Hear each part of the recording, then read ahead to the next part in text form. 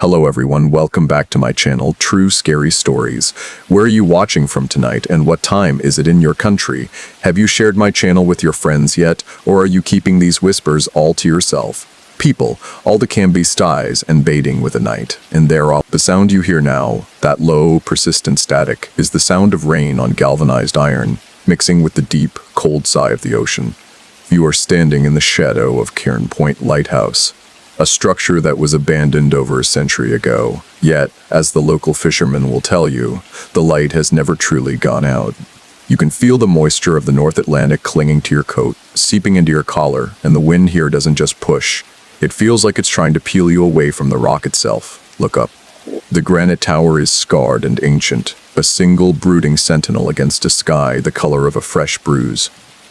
Every crack in the masonry seems to hold a memory of the men who went mad or simply disappeared within its walls, and every gust of wind sounds suspiciously like a whispered name you almost recognize.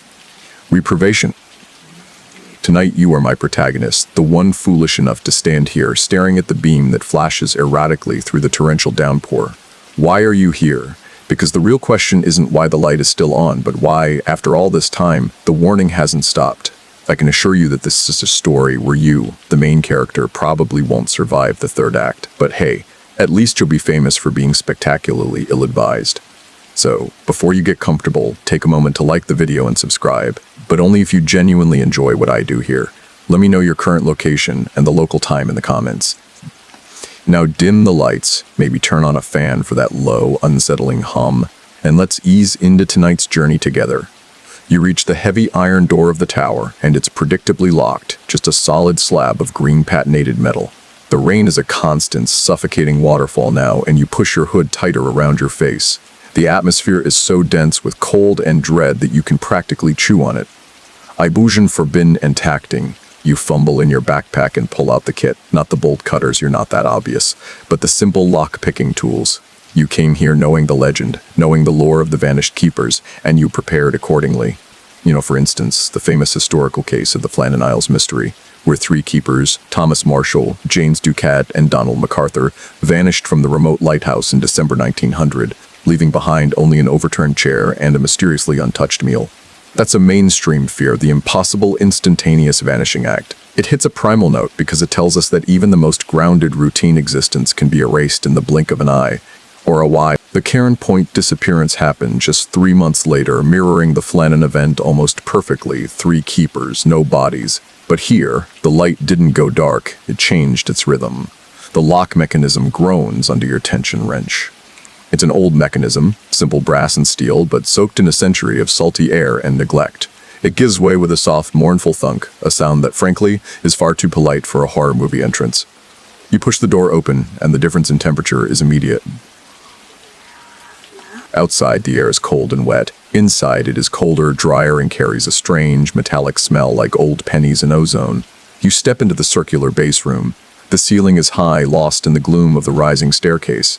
Dust motes, disturbed by your entrance, dance frantically in the narrow slice of light from your headlamp. You swing the door shut and slide the heavy iron bolt home, a reflex, a futile gesture of security against what's outside, forgetting entirely what might be inside. This is where the structure starts to feel less like architecture and more like an inverted mausoleum. The silence here is unnerving, not the absence of sound, but the presence of silence, a vacuum that sucks up the roar of the wind and rain. The walls are impossibly thick, solid stone that transmits only a low, bone-deep vibration. You notice the dampness that permeates everything. On the wall beside the spiral staircase, there's a small brass plaque. It's too oxidized to read easily, but you wipe it with your thumb. It lists the names of the keepers assigned here, with the last 3 entries dated December 1900, all struck through with a single aggressive chisel mark: James Kilpatrick, Duncan MacLeod, Thomas Evans. Their names sound like ghosts already, don't they?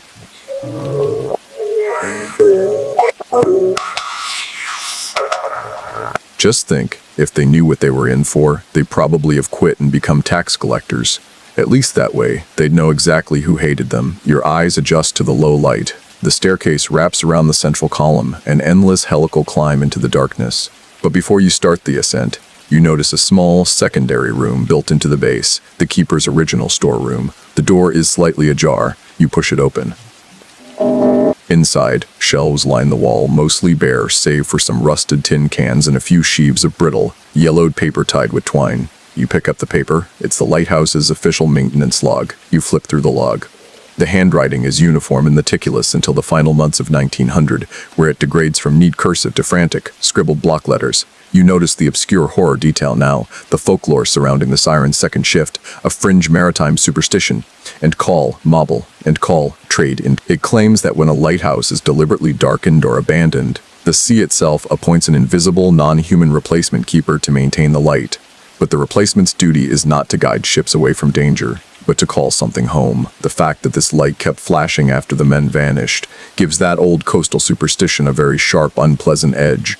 You realize how much the official story relies on conjecture. Historians still argue whether the Flannan Isles keepers were swept away by an anomalous rogue wave, or if their vanishing was the result of a sudden, mutually agreed upon and inexplicable departure. It's the neat, tidy ambiguity that always makes these stories so potent. It leaves a wide-open crack for the supernatural to slip through. The maintenance log drops open to the final complete entry, December 12, 1900. It reads in Duncan MacLeod's hand, generator running steady, light rotation flawless. The silence is profound. Kilpatrick thinks he heard singing in the fog. I reminded him he's been at sea too long and needs new jokes. For example, what do you call a lighthouse keeper who runs out of oil, stuck in a dark place? That entry, written hours before his disappearance, is so normal it's terrifying. Normal people don't just vaporize. The base room feels too large, too hollow. You shine your light onto the concrete floor. There's a faint drag mark leading from the center of the room, past the log, and towards the heavy exterior door, the door you just locked. It's not the mark of a body being dragged. It looks more like a heavy object being pushed by great effort. It stops exactly where you are standing. What kind of heavy object would someone be trying to get out of the lighthouse in the middle of a storm, just hours before they disappeared? Maybe it was a bad joke that finally pushed Kilpatrick over the edge. You close the logbook.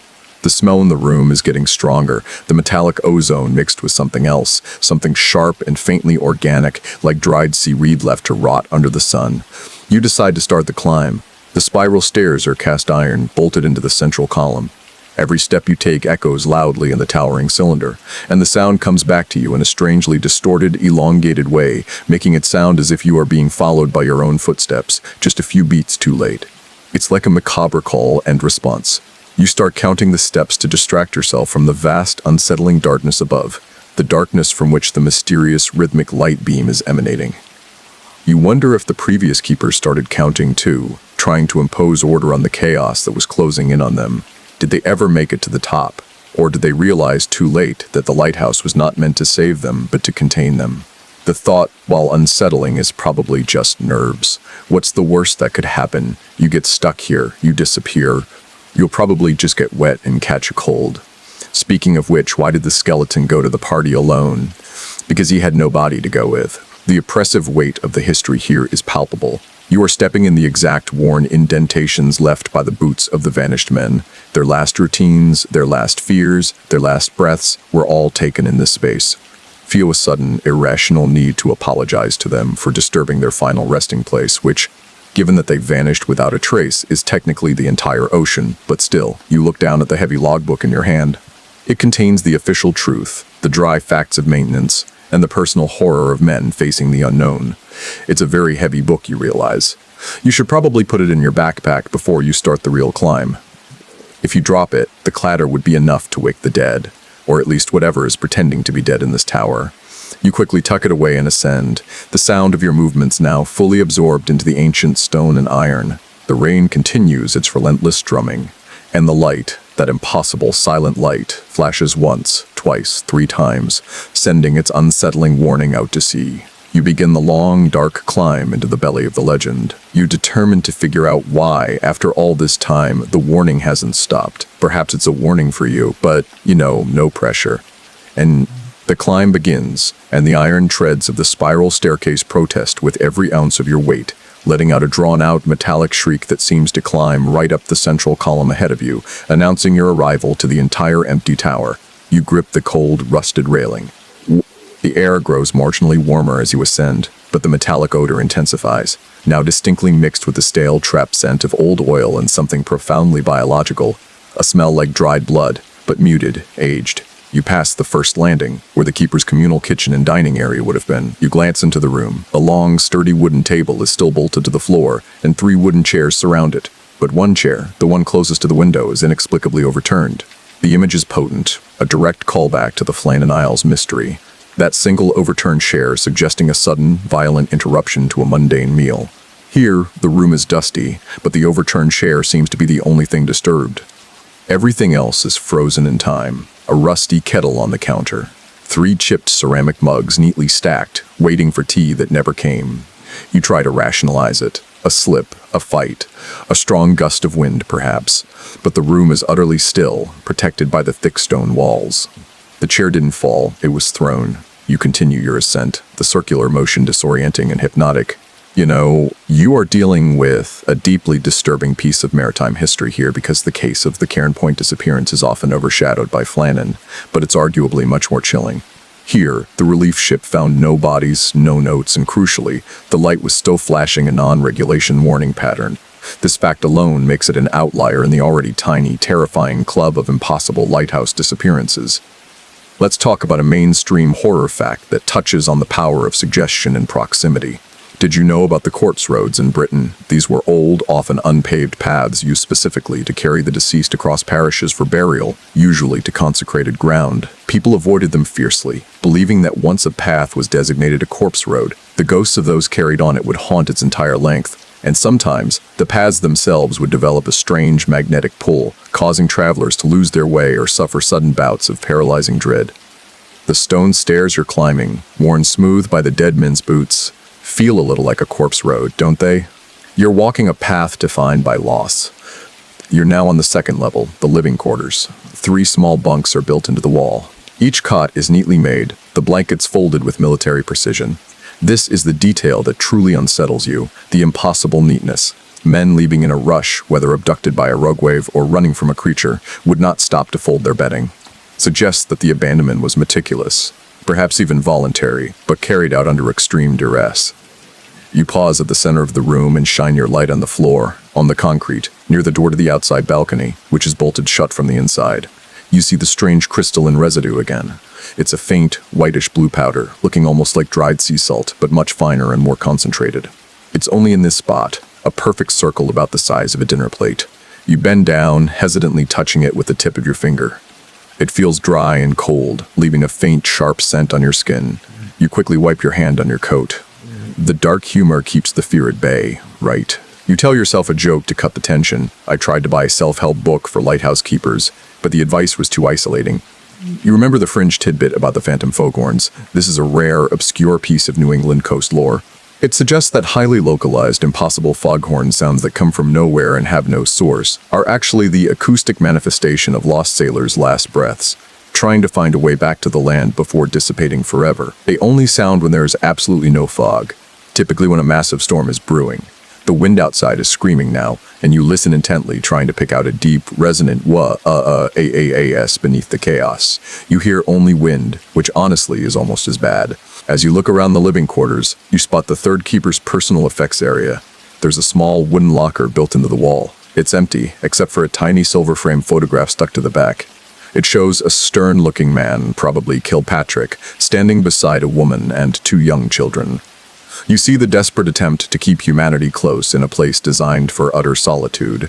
You think about MacLeod's entry, his attempt at levity just hours before he vanished. You realize this entire mystery depends on one key variable. Researchers still argue whether a complete breakdown in established routine, such as an inexplicable signal change or an absence of human contact, can cause folie à spe, a shared delusion, among a small, isolated group like 3 light keepers, leading to a collective, self-destructive action. Was their disappearance a shared hallucination that drove them to the water, or was it a singular external event? You continue to climb, your breath coming faster now, partly from exertion, partly from the building tension.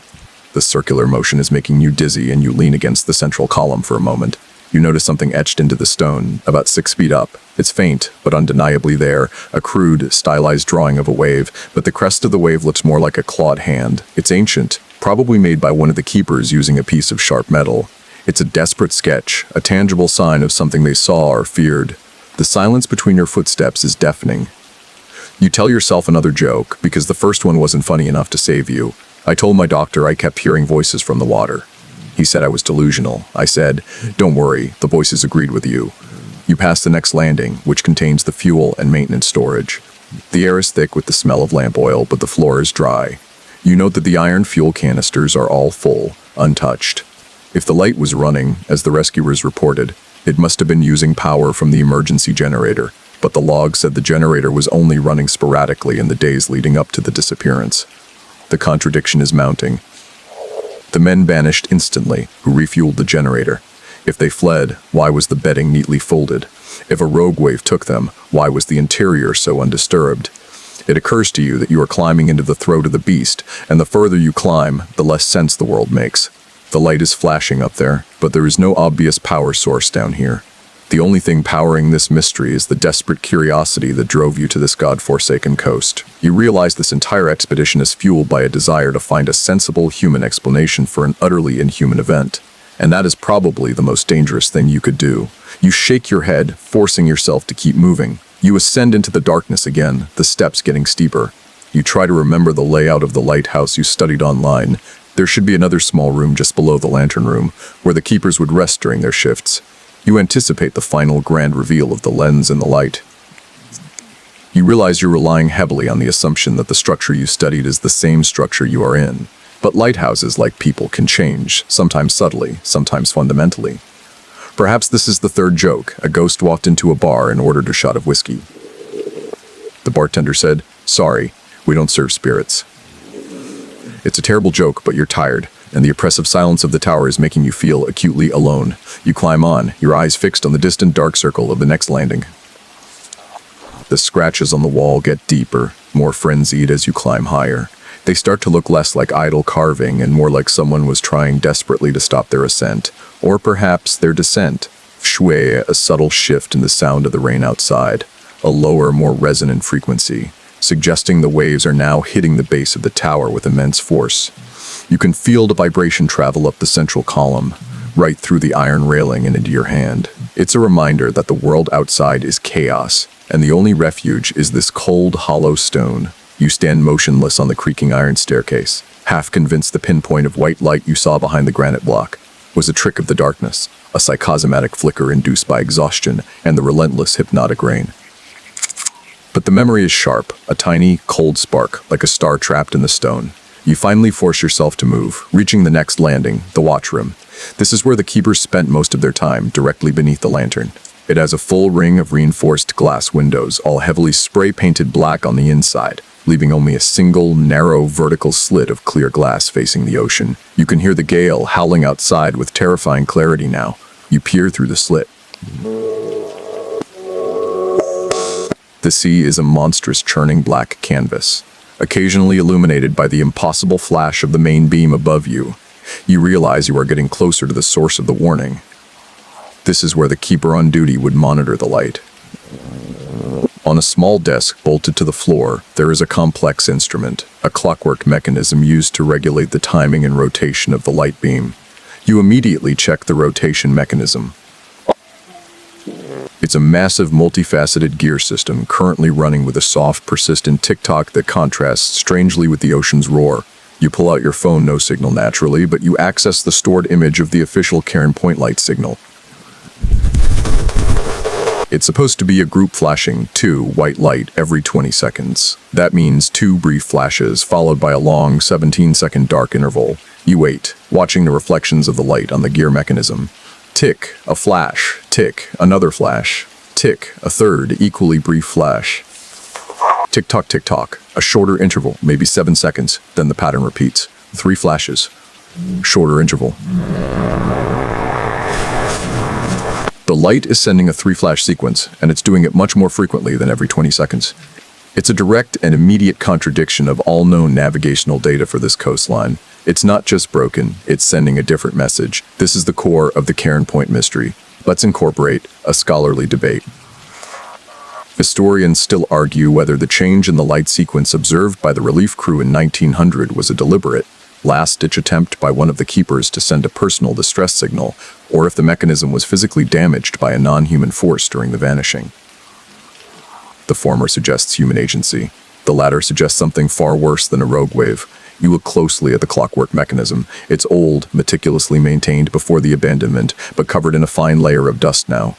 You look for a sign of tampering, a broken gear, a snapped wire. Nothing. The clockwork is running perfectly precisely. If it were generating a group flashing 2 signal, it would be doing so flawlessly. This means the source of the light, the thing producing the beam, is operating independently of the clockwork regulation system. It's a profound mechanical impossibility. You tell yourself a darkly humorous joke to deal with the realization that physics is failing. Why don't ghosts ever tell lies? Because you can see right through them, just like the logic in this lighthouse. You look down at the floor again, and you find another trace of the vanished men. A small brass plate that must have held an inscription or a dedication is now completely blank. It's been scored clean, polished aggressively until the metal is worn thin. It suggests an effort to erase not just information, but perhaps history itself. Now for a mainstream horror fact. You're reminded of the documented psychological phenomenon known as the call of the void, or l'appel du vide, the sudden, inexplicable urge to jump when standing near a great height. Isolation in a lighthouse, combined with sensory deprivation and the relentless, rhythmic nature of the work, often led keepers to suffer from intense paranoia and depressive fits. This wasn't necessarily supernatural, but a documented mental health risk of the job. You're standing in a glass room staring at a churning black ocean, one story beneath the most powerful light on the coast, and you definitely feel a weird, tempting pull toward that single small slit of clear glass. The faint metallic ozone smell from the ground floor is much stronger up here, almost acrid, like cheap bleach or battery acid. You decide to check the single clear pane of glass facing the sea. You press your hand against it. It's not just cold, it's vibrating intensely. Not from the wind, but from the low, resonant sound that you noticed earlier. It's a continuous, ultra-low frequency thrum that your ears don't register, but your bones do. It's the sound of the ocean, yes, but amplified and focused through the glass itself, directed inward. You consider the obscure horror tidbit, the superstition of the saltworm whisper.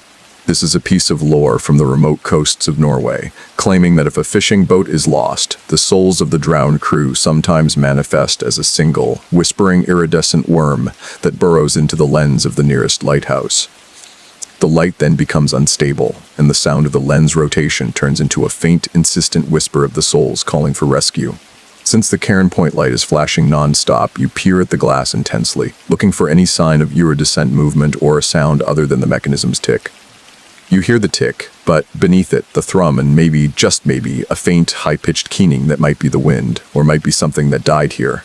You lean back, trying to restore equilibrium. You realize your second joke must be better than the first two. What did the one ghost say to the other ghost? Do you believe in people? You now realize the mechanical genius of the original installation is being subverted. The light is acting independently of its regulatory system, yet the light itself is clearly still in some form of use. The question shifts from who turned it on to what is using it. Is the 3-flash signal a warning, or is it a signpost? You notice something on the floor near the mechanism, a thin, almost invisible strand, like silk but dark and incredibly strong. It stretches from the mechanism toward the single clear window slit. It's tacky to the touch. You trace it with your eyes. It disappears into the darkness of the window frame. This is where the fear becomes claustrophobic.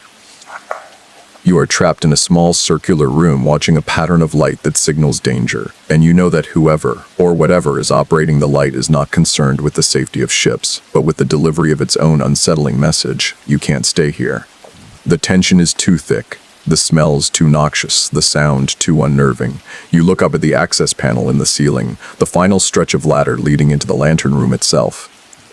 It's a small, circular hatch with a handle, but the handle is wrapped in heavy rusted chain, secured by a padlock. The men didn't just leave, they locked the light in. You try the handle anyway, it's cold and unmoving. You think about the missing keepers again, and the logical steps they must have taken. They saw something, they were afraid, and they decided to lock the source of their terror away, to prevent whatever was using the light from fully manifesting. But it didn't work, did it? The light is still flashing. It's still sending its warning or its invitation. You look back at the blacked-out windows. The paint is thick, applied hastily, not the neat coat of standard maintenance. It looks like it was brushed on in a panic, thick and uneven, trying to block out a view they could no longer stand. You wonder what they saw out there, what was illuminated by the relentless three-flash sequence. Up. And you hear the soft tick-tock of the mechanism beside you, keeping its perfect time, while the light above keeps its broken, terrifying rhythm. You realize the absurdity of your situation, climbing a century-old lighthouse in the middle of a storm to solve a cosmic mystery, and you offer up your third joke to the ceiling. My therapist said I should embrace my fear of lighthouses. Now I'm a beacon of anxiety. With a final sharp click, the padlock gives way. The chain clatters to the metal floor. You are one floor away from the source of the warning and a vast, uncomfortable truth. You stand motionless on the creaking iron staircase, half convinced the pinpoint of white light you saw behind the granite block was a trick of the darkness, a psychosomatic flicker induced by exhaustion in the relentless hypnotic rain. But the memory is sharp, a tiny, cold spark, like a star trapped in the stone. You finally force yourself to move, reaching the next landing, the watchroom. This is where the keepers spent most of their time, directly beneath the lantern. The hatch to the lantern room is open, but before you ascend the final ladder, you take a moment to look at the keepers' abandoned quarters one last time. You realize that you've been focusing so much on the mystery of their disappearance that you haven't considered the sheer terror of their final days. On the abrupt cessation of meticulous routine, the hastily painted windows, the overturned chair. These are not clues to a mechanism. They are artifacts of escalating dread.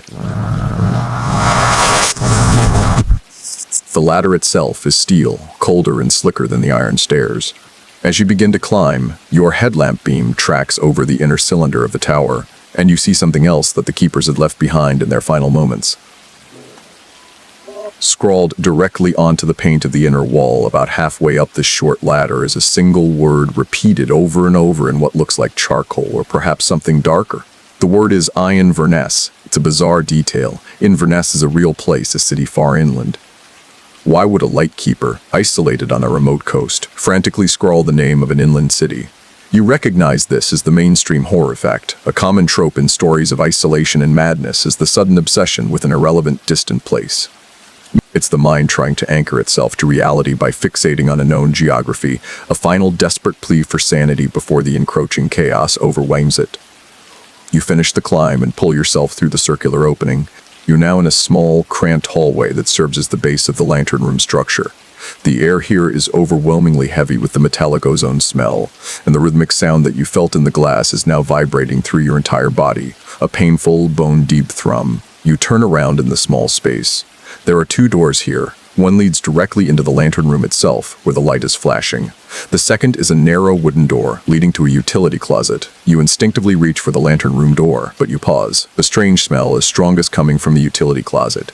You push the wooden door open. The closet is tiny, and what you see inside is not what you expect. Instead of cleaning supplies or spare parts, the floor is covered in a deep layer of the white-blue crystalline residue you saw downstairs. It's everywhere, ankle-deep, and in the center of the pile, a small, dark shape is lying still. You step in, and the crystalline material crunches under your boot with the sound of breaking glass. You realize the shape in the middle is a clock. Not the regulator clock from the floor below, but a simple, ship's brass-cased clock, completely smashed. Its hands are twisted, pointing to a time that makes no sense, 4:15. You consider the obscure horror tidbit, the superstition of the clock death. This fringe lore, primarily from fishing communities in the Shetland Islands, suggests that when a person is taken by the sea in a non-natural manner, not drowning but taken, any clock they owned will stop at the exact moment of their death, and the gears will fill with a fine blue-white substance that is supposedly crystallized, sea salt mixed with the keeper's own fierce sweat. You're standing in a literal manifestation of that old lore. You pull out the maintenance log you tucked away in your backpack and flip to the frantic final entries you haven't read yet. The handwriting is now just a single, terrified scrawl. You find an entry dated December 14th, just before the disappearance. It's written by Kilpatrick.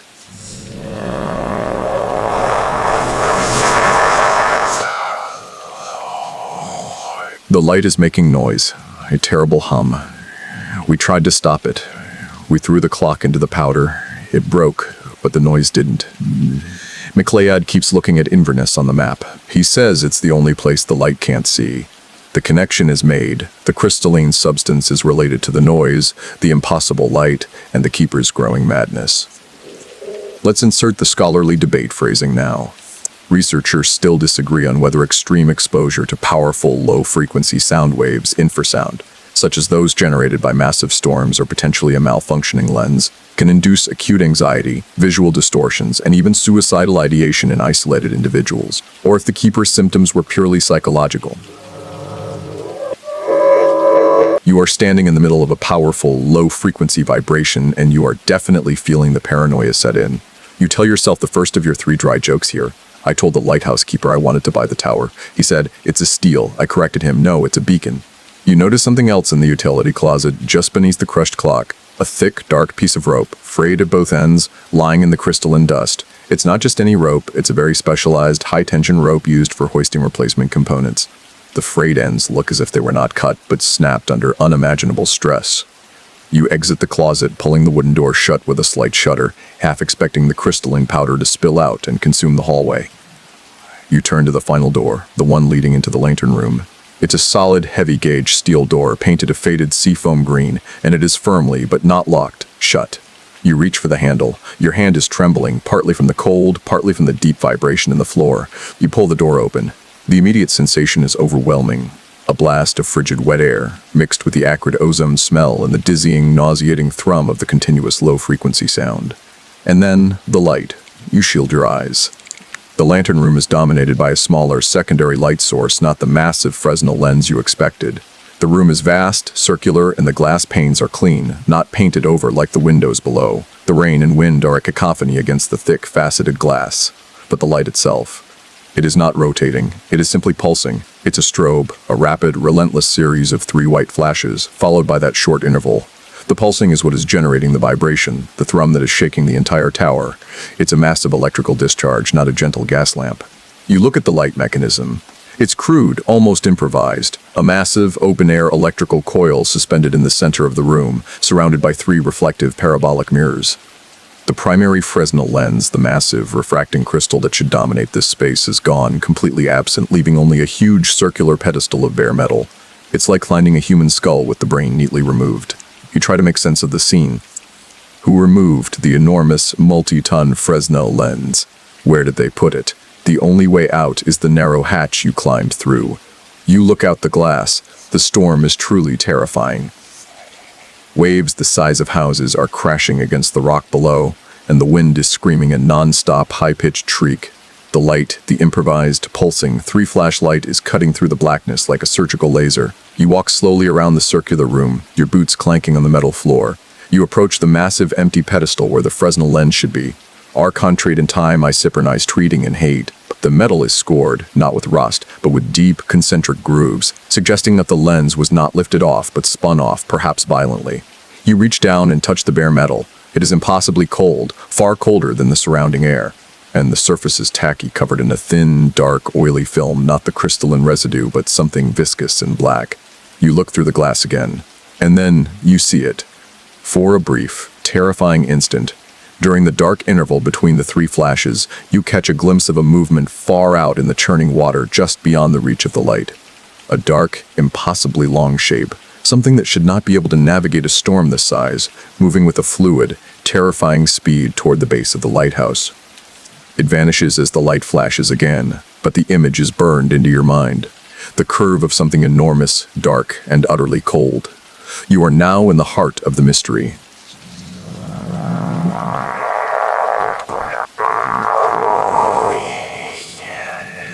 The 3-flash warning is not directed at ships.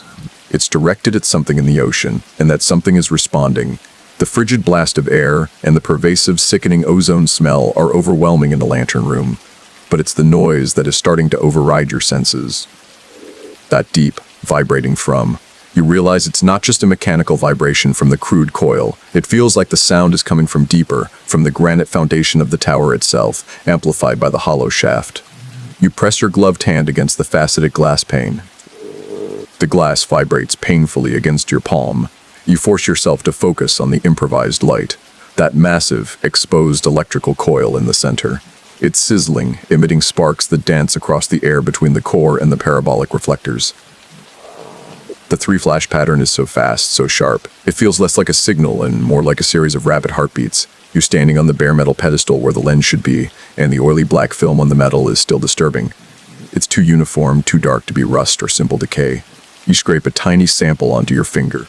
It smells profoundly of salt and something mineral, like crude petroleum, but with a faint, sharp scent of iron. Now, for the obscure horror tidbit, the legend of the Tallow Man. This is an old, dark tale from the Baltic Sea. It speaks of a time when keepers used tallow candles instead of oil.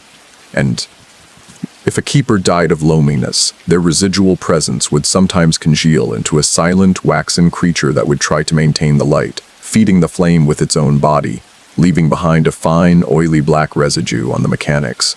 The appearance of this black film, combined with the impossible maintenance of the light, suggests a non-human agency dedicated to keeping the beam active. You look around the empty lantern room again. There is no sign of a generator or any conventional power supply. The coil is receiving immense energy directly from the tower structure itself. This is utterly nonsensical. Where did the energy come from? Where did the men go? Let's introduce the scholarly debate phrasing. Researchers still disagree on whether the concept of tectonic strain theory, the idea that rock stress prior to earthquakes can generate electromagnetic fields that cause visual and auditory hallucinations, can fully explain the consistent patterns of madness and disappearance observed in geologically active coastal lighthouses, or if the consistent presence of low-frequency sound indicates an organized, intentional mechanism. You move to the glass wall again, and during one of the brief dark intervals between the three flashes, you stare out into the maelstrom. The dark shape you glimpsed before is gone, or perhaps obscured by the mountainous waves. But you catch something else closer this time, right at the waterline, maybe 50 feet below. A fleeting, dull, non-reflective glint of brass moving slightly in the spray. It looks like a bell. Then you hear it, beneath the scream of the wind and the sickening thrum of the pulsing light. You hear a faint, metallic toll, toll, toll. It's slow, rhythmic, and incredibly deep. A sound that should not be audible over the storm. It sounds like a church bell submerged deep underwater, echoing off the rock face. The bell-like sound is your mainstream horror fact. It reminds you of the terrifying phenomenon known as the bells of the deeps, or phantom bells. There are documented historical cases of sailors hearing church bells ringing far out at sea, often leading them off course and onto rocks, especially near submerged ruins or forgotten wrecks.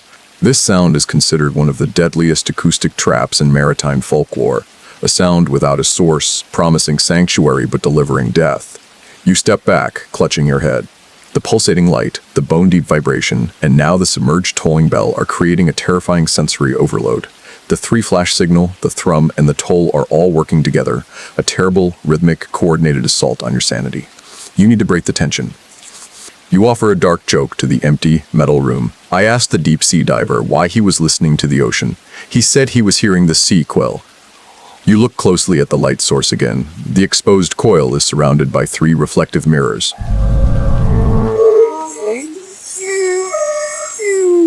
Tom. They are not pristine. Each mirror has been carefully scratched with a specific, repeating pattern. A series of parallel lines. It's not graffiti. It looks like a deliberate modification to the reflection itself. You realize the three-flash signal isn't just about the electricity. It's about the mirrors reflecting that energy in a precise, modified way. You check the floor near the central coil for more clues about the lens's removal. Nothing. The entire process of removing the multi-ton lens and installing this improvised coil and mirrors must have taken days, requiring specialized equipment. Yet the keeper's log suggests a rapid, desperate departure. The only logical conclusion is that the modification was done by something that did not need tools or time or human strength. You pull out the maintenance log again, flipping to MacLeod's last entries, the ones after Kilpatrick wrote about Inverness. MacLeod's writing is almost illegible now, dissolving into a stream of jagged, repeated phrases. One phrase stands out: the warning must be heard, but it must be changed. The old light draws them. The new light only warns the ones inside. This changes everything. The keepers weren't sending a distress signal. They were trying to change the light's message. They removed the original lens, the thing that was drawing the thing from the sea, and replaced it with this crude, pulsating warning device. They weren't trying to save ships, they were trying to save themselves and perhaps warn the next person foolish enough to show up. You realize the implication of the bell. The submerged tolling is the sound of them. Kilpatrick, McLeod, and Evans trying to communicate their failure. You walk toward the only entrance, the hatch you came up through.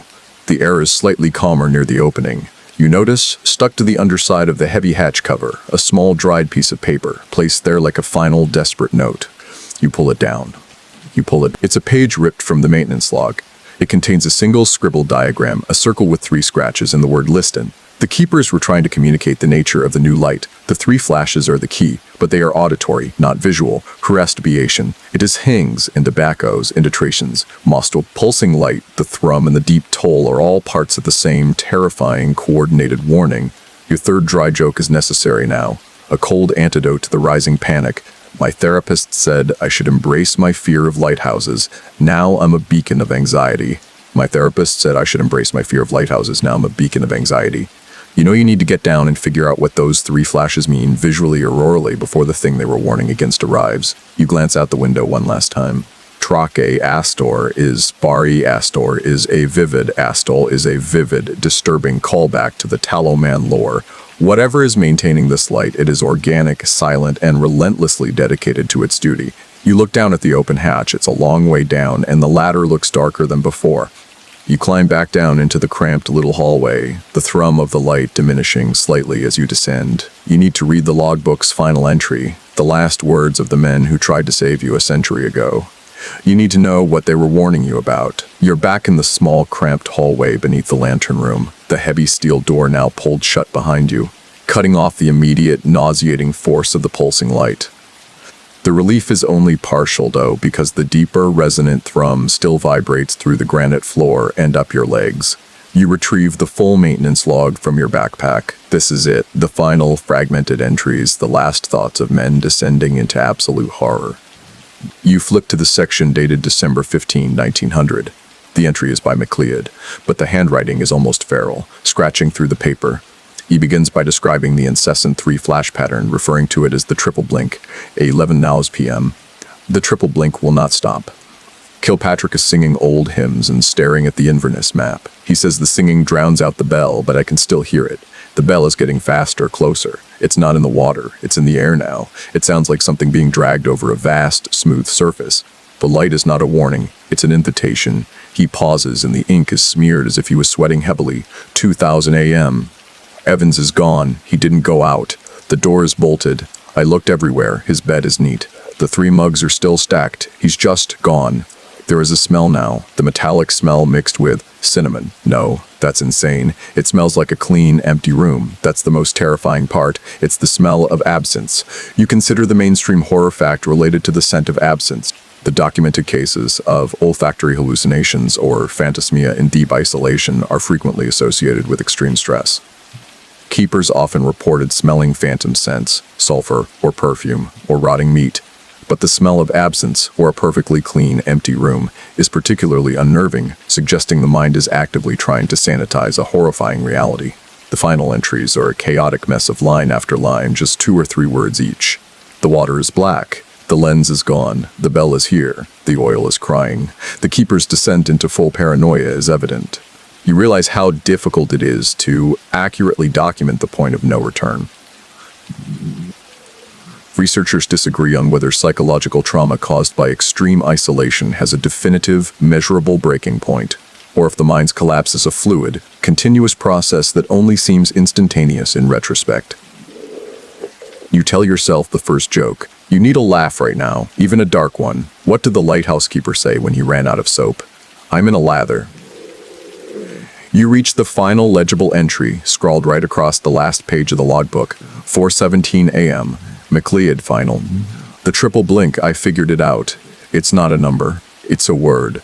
They don't want to be saved, they want to be found. It's spelling something out in the silence. It spells L, the bell is too fast. I'm going to throw the log away. I'm going to run. Inverness is safe. The light can't see inland. It can only see the water and the ELIS. The word is cut off. The logbook ends there, just before the word IS. The time is 4:17 a.m., the exact time the clock was smashed in the utility closet. You immediately check the 3-flash pattern again in your mind. 3 short flashes, a short interval, 3 flashes, a short interval. You recall that MacLeod said it spells a word. In Morse code, 3 short signals ... is the letter S. MacLeod wrote lie S, but was cut off. If the pattern is repeated continuously, then 3 flashes followed by a short pause is just the letter S repeated, or maybe a string of them SSS. But what if the 3 flashes are the spaces between the letters and the brief interval is the letter itself? No, that's too complicated.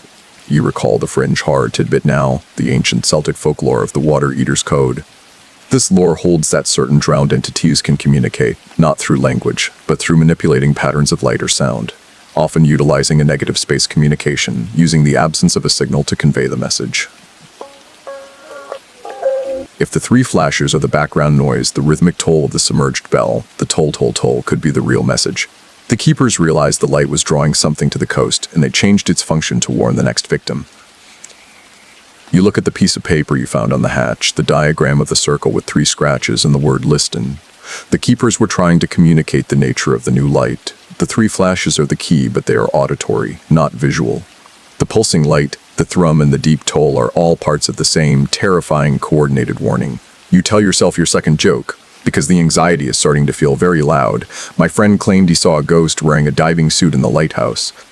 I told him that's just the spirit of the deep. You know what you have to do. You have to listen to the thrum and the toll and figure out what word the continuous SSSS pattern is meant to interrupt. MacLeod was cut off at lie S. Maybe the word is a continuous S pattern interrupted by the bell. You walk back toward the lantern room door. You need to re-engage with the sensory assault, but this time you have the logbook's key. You take a deep, steadying breath, trying to ignore the scent of absence MacLeod described. As you reach for the door handle, you notice something on the metal frame that wasn't there before. A single, large, dry droplet of water. But it's not rainwater. It's dark, almost black, and it is dried into a perfect, uniform circle, exactly where your hand would rest.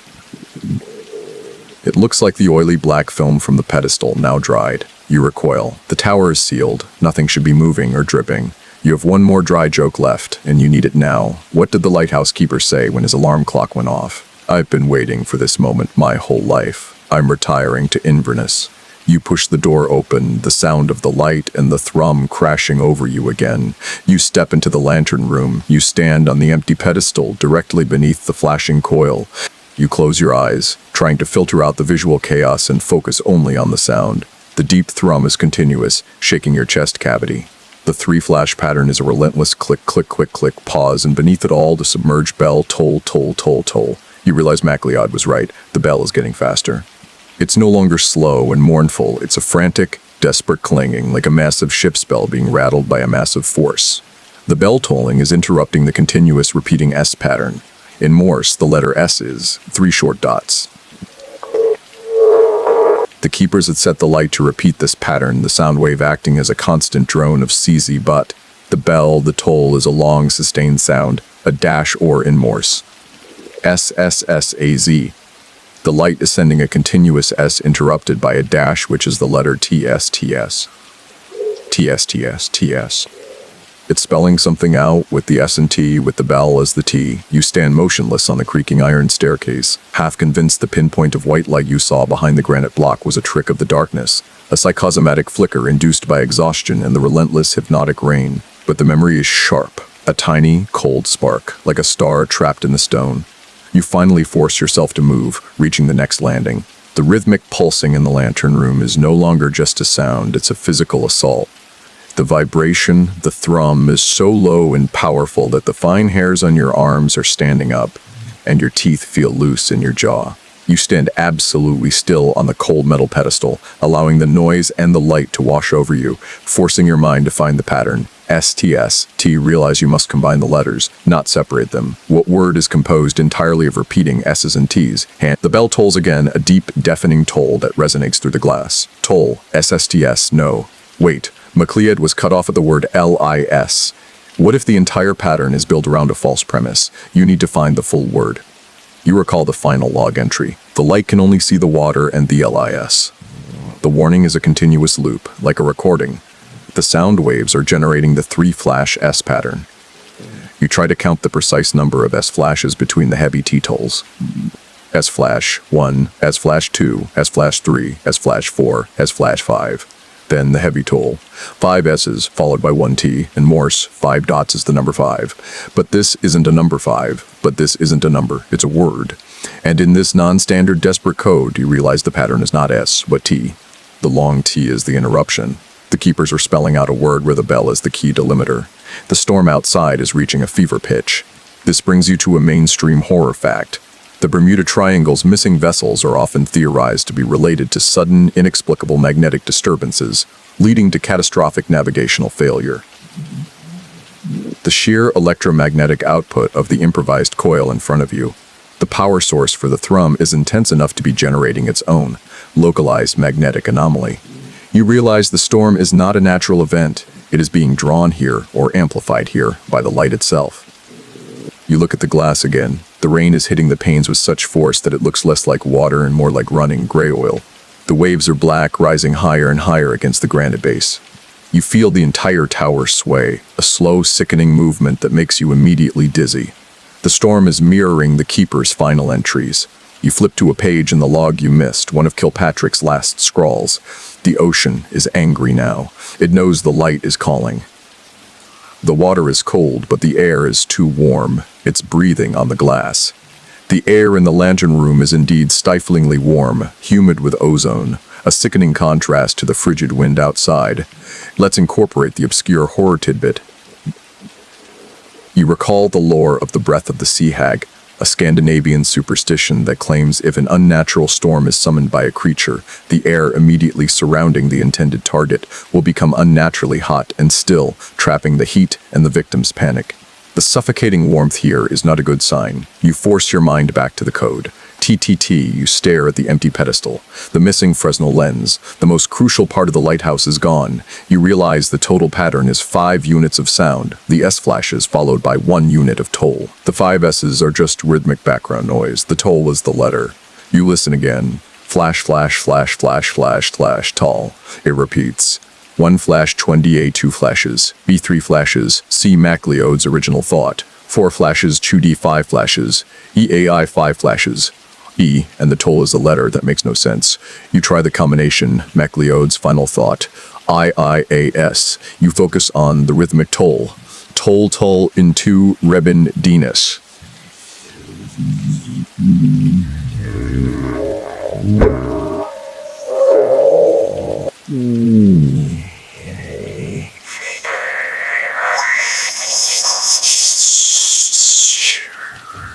If the 3 flash pulse is simply the space between the tolls, then the sequence is toll, space, toll, space, toll, space.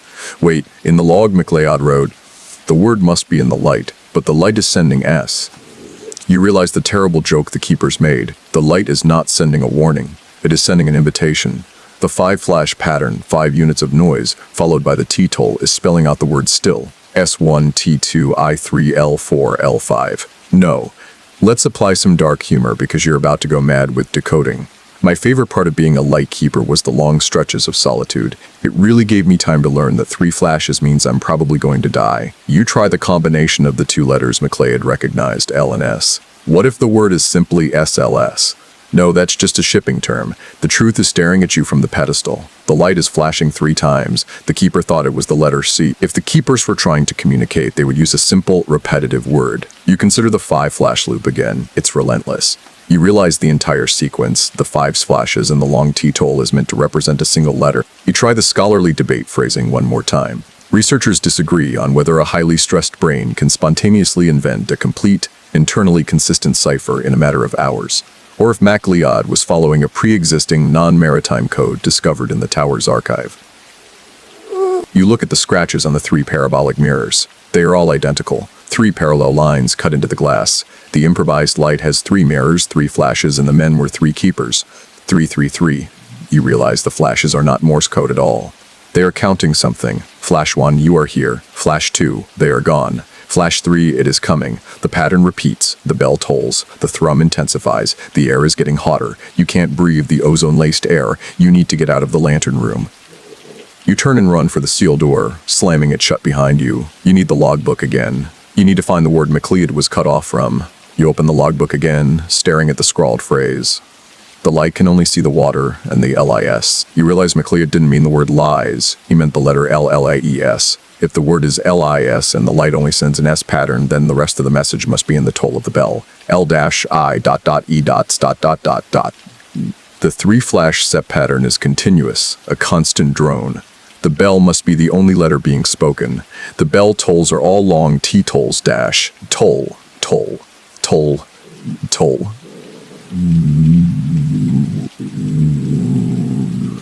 Toll.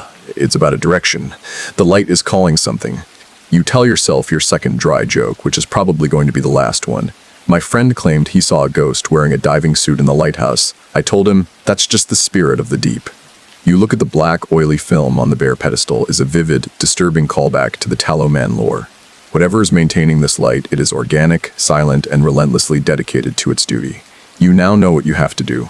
You have to get down, figure out the auditory message, and somehow complete the keeper's final desperate act.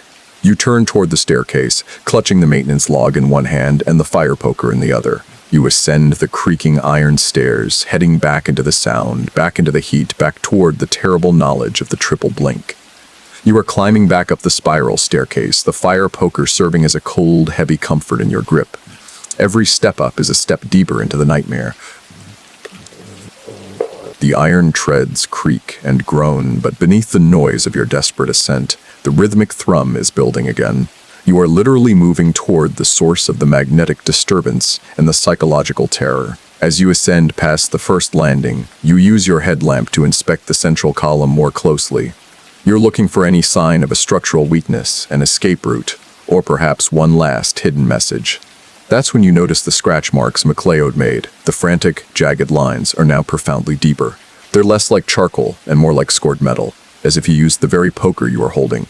This leads you to the mainstream horror fact, the pervasive fear of entrapment in confined spaces, leading to uncontrollable panic and self-mutilation. The keepers, knowing the door was fused, shut by the oily black substance, might have desperately tried to bore their way out through the thick granite, leaving these permanent marks of their final, agonizing realization that they were sealed inside.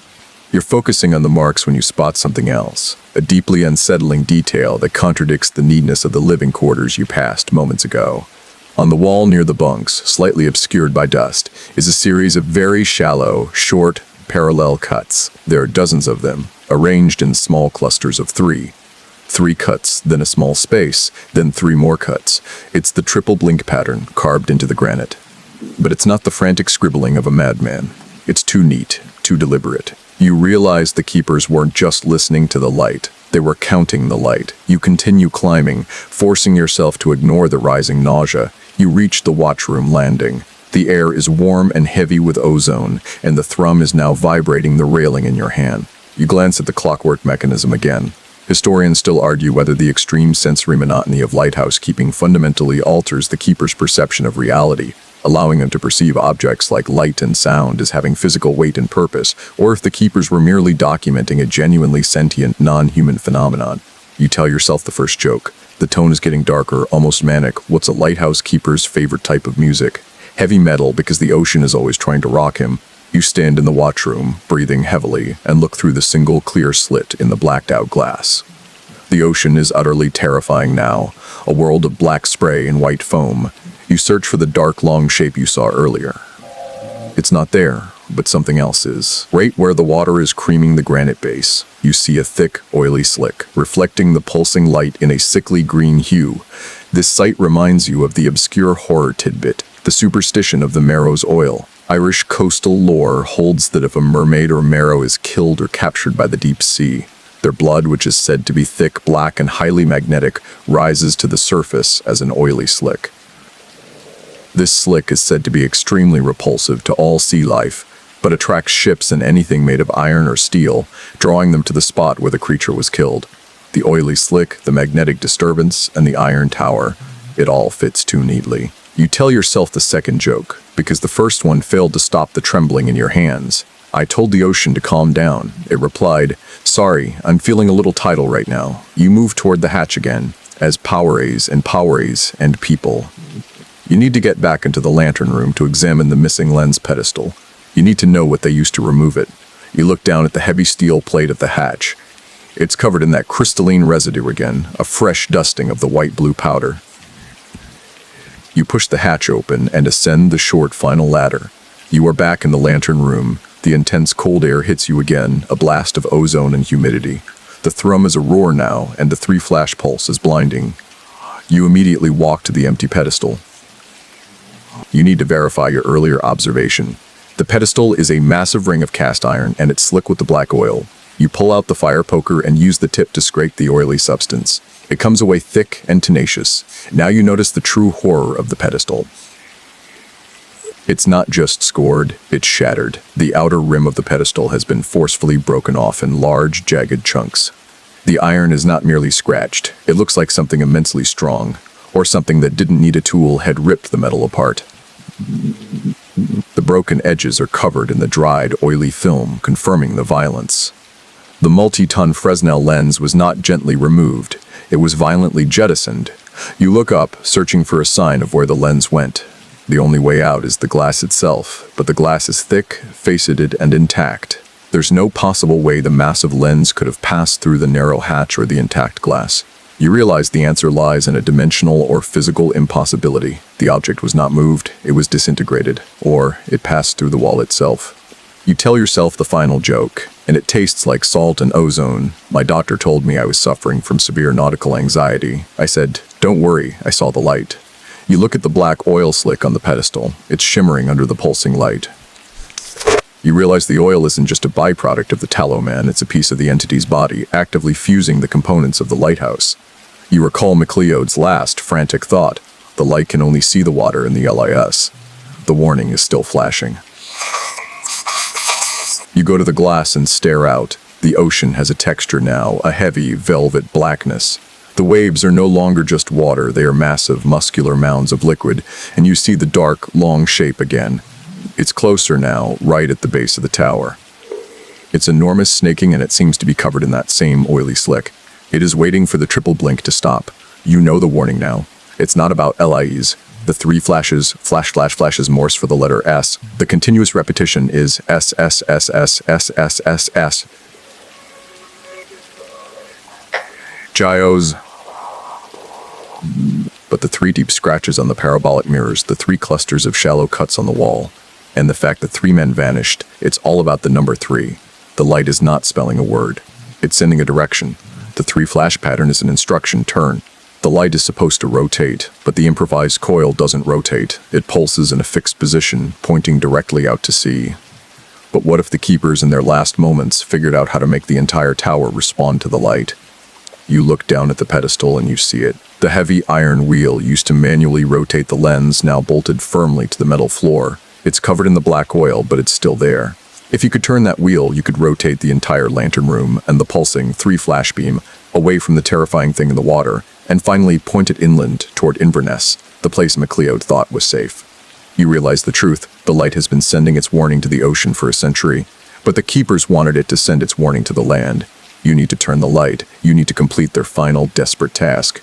You stand over the heavy iron rotation wheel bolted to the lantern room floor. It's massive, designed to turn the multi-ton Fresnel lens. Now, it's just covered in the dark, viscous oil fused to the metal platform. The pulsing light above is deafening, and the floor shakes with the continuous thrum. You realize that if you can move this wheel, you can redirect the impossible light beam away from the ocean and toward the land, completing the desperate mission of the vanished keepers. You wedge the rusty fire poker into the spokes of the wheel and use your entire body weight to pull. The iron groans, the bolts strain, and the tacky black oil stretches, making that sickening, wet, tearing sound again. The wheel doesn't move. It is completely locked in place. The oily film has performed its job perfectly, fusing the mechanism shut. You recall the mainstream horror fact about cryogenic welding, where extreme cold can instantly bond metals together, making them inseparable. The impossible cold of the pedestal and the strange mineral composition of the oil suggest a non-natural, high-energy fusion process is at work here, locking the light's direction permanently toward the sea. You look out the glass again. The long, dark, oily shape is still at the base of the tower, and it is now rising, its immense, black surface visible just above the highest wave crest. It's not a creature, it's too large, too uniform. It's like a colossal, living oil slick, a massive, muscular form of the very substance that is fusing the wheel beneath your feet. This leads you to the obscure horror tidbit, the fringe folklore of the abyssal glomus, a deep-sea superstition among whalers. The glomus is described as a non-sentient but profoundly magnetic, organic mass of petroleum-like sludge that rises to the surface during unnatural storms, drawn by any continuous high-energy source. It doesn't hunt, it consumes energy and anything made of iron or steel, leaving behind only the smell of absence. The glomus is here, drawn by the pulsing light, and it is fusing the entire tower into a trap. You tell yourself the first darkly humorous joke of this section, but your voice is shaking. What's the difference between a lighthouse keeper and a therapist? One shines a light on problems, the other just stays home and doesn't get eaten by the glomus. You realize you can't turn the light, but perhaps you can break the mirrors. You grab a heavy, rusted chunk of broken iron from the shattered pedestal and heap it at the nearest mirror. The impact is startling. The thick glass of the reflector doesn't shatter. It lets out a loud, high-pitched keening sound, and a shockwave of energy throws you backward across the room. The piece of iron bounces off, leaving only a faint new scratch parallel to the 3 existing lines. The thrum intensifies, becoming a throbbing, physical pain in your chest. The sound is angry now. The keepers failed to break the mechanism. They failed to turn the light. They only managed to change its message. You recall the scholarly debate phrasing. Researchers disagree on whether the physical impossibility of the keepers vanishing no bodies, no signs of struggle, and an intact interior suggests a non-violent energy-based form of disintegration, or if the lack of evidence is merely the result of a highly efficient cleanup by the entity itself. You look around the lantern room again, searching for a single, final piece of evidence. You see a small, heavy brass ring on the floor near the wheel. You pick it up. It's the key to the iron door you bolted shut downstairs, the one leading to the outside world. But does not choose the new Cannabis mighty start a new class. And I way two's a make ray true. It must have fallen from a keeper's pocket during the violent struggle with the wheel. It's a bittersweet discovery. You have the key to your freedom, but the door is welded shut by the glomus's oil. You tell yourself the second joke, a morbid exercise in futility. Why was the glomus so good at its job? Because it really knew how to stick to its targets literally. You decide to descend immediately. The lantern room is too dangerous, too exposed, and the glomus is rising. You scramble for the hatch, pulling yourself down into the comparative calm of the hallway below. As you close the hatch, you hear a new sound from the lantern room, a low, grinding noise. You freeze. You freeze, the noise is coming from the sealed rotation wheel. It's not moving, but something inside the pedestal is rotating, grinding against the black, tacky oil. You look down the spiral staircase, illuminated by your headlamp. You need to get to the ground floor and try the exit door one last time, perhaps using the fire poker to chip away the hardened oil. You start to descend, but you pause on the watchroom landing. The grinding noise from above is now clearly audible, a slow, powerful, metallic scrape, scrape, scrape. You realize the keeper's final, desperate warning was not in the light, but in the lias, the word MacLeod was trying to write. The key is the glomus, the oil, the entity that fuses metal. The word LIS has one dash in Morse, L, L-E, E, S-N-E, S-N. If MacLeod was using a simplified code, where L-Chu dash in S-N dot, he was trying to spell out L-A-S.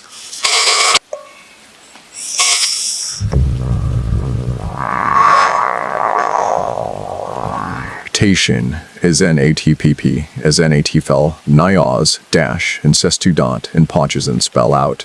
But you also remember the continuous SSSSS drone and the toll interruption. The pattern is too complex for a desperate man. You tell yourself the final dark joke, a farewell to logic. The keeper finally realized why he was so lonely. He was just too illuminating. You look down the spiral staircase. The crystalline residue is thicker than before, glistening faintly in the dark. It's like climbing down into a growing, electrified snowdrift. You continue your descent, the scrape, scrape, scrape from the lantern room speeding up.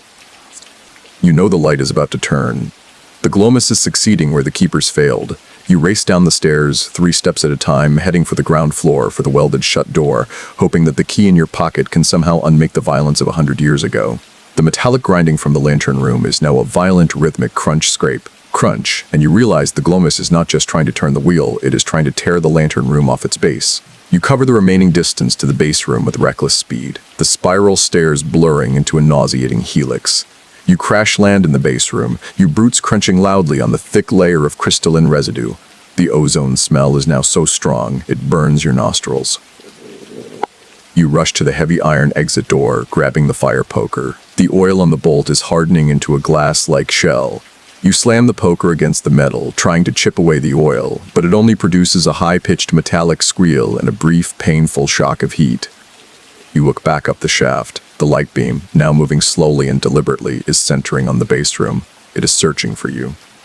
This moment perfectly illustrates the mainstream horror fact of the final trapping sequence, where the environment itself, the architecture, the gravity, the very ground, becomes the active antagonist, consciously sealing the victim inside.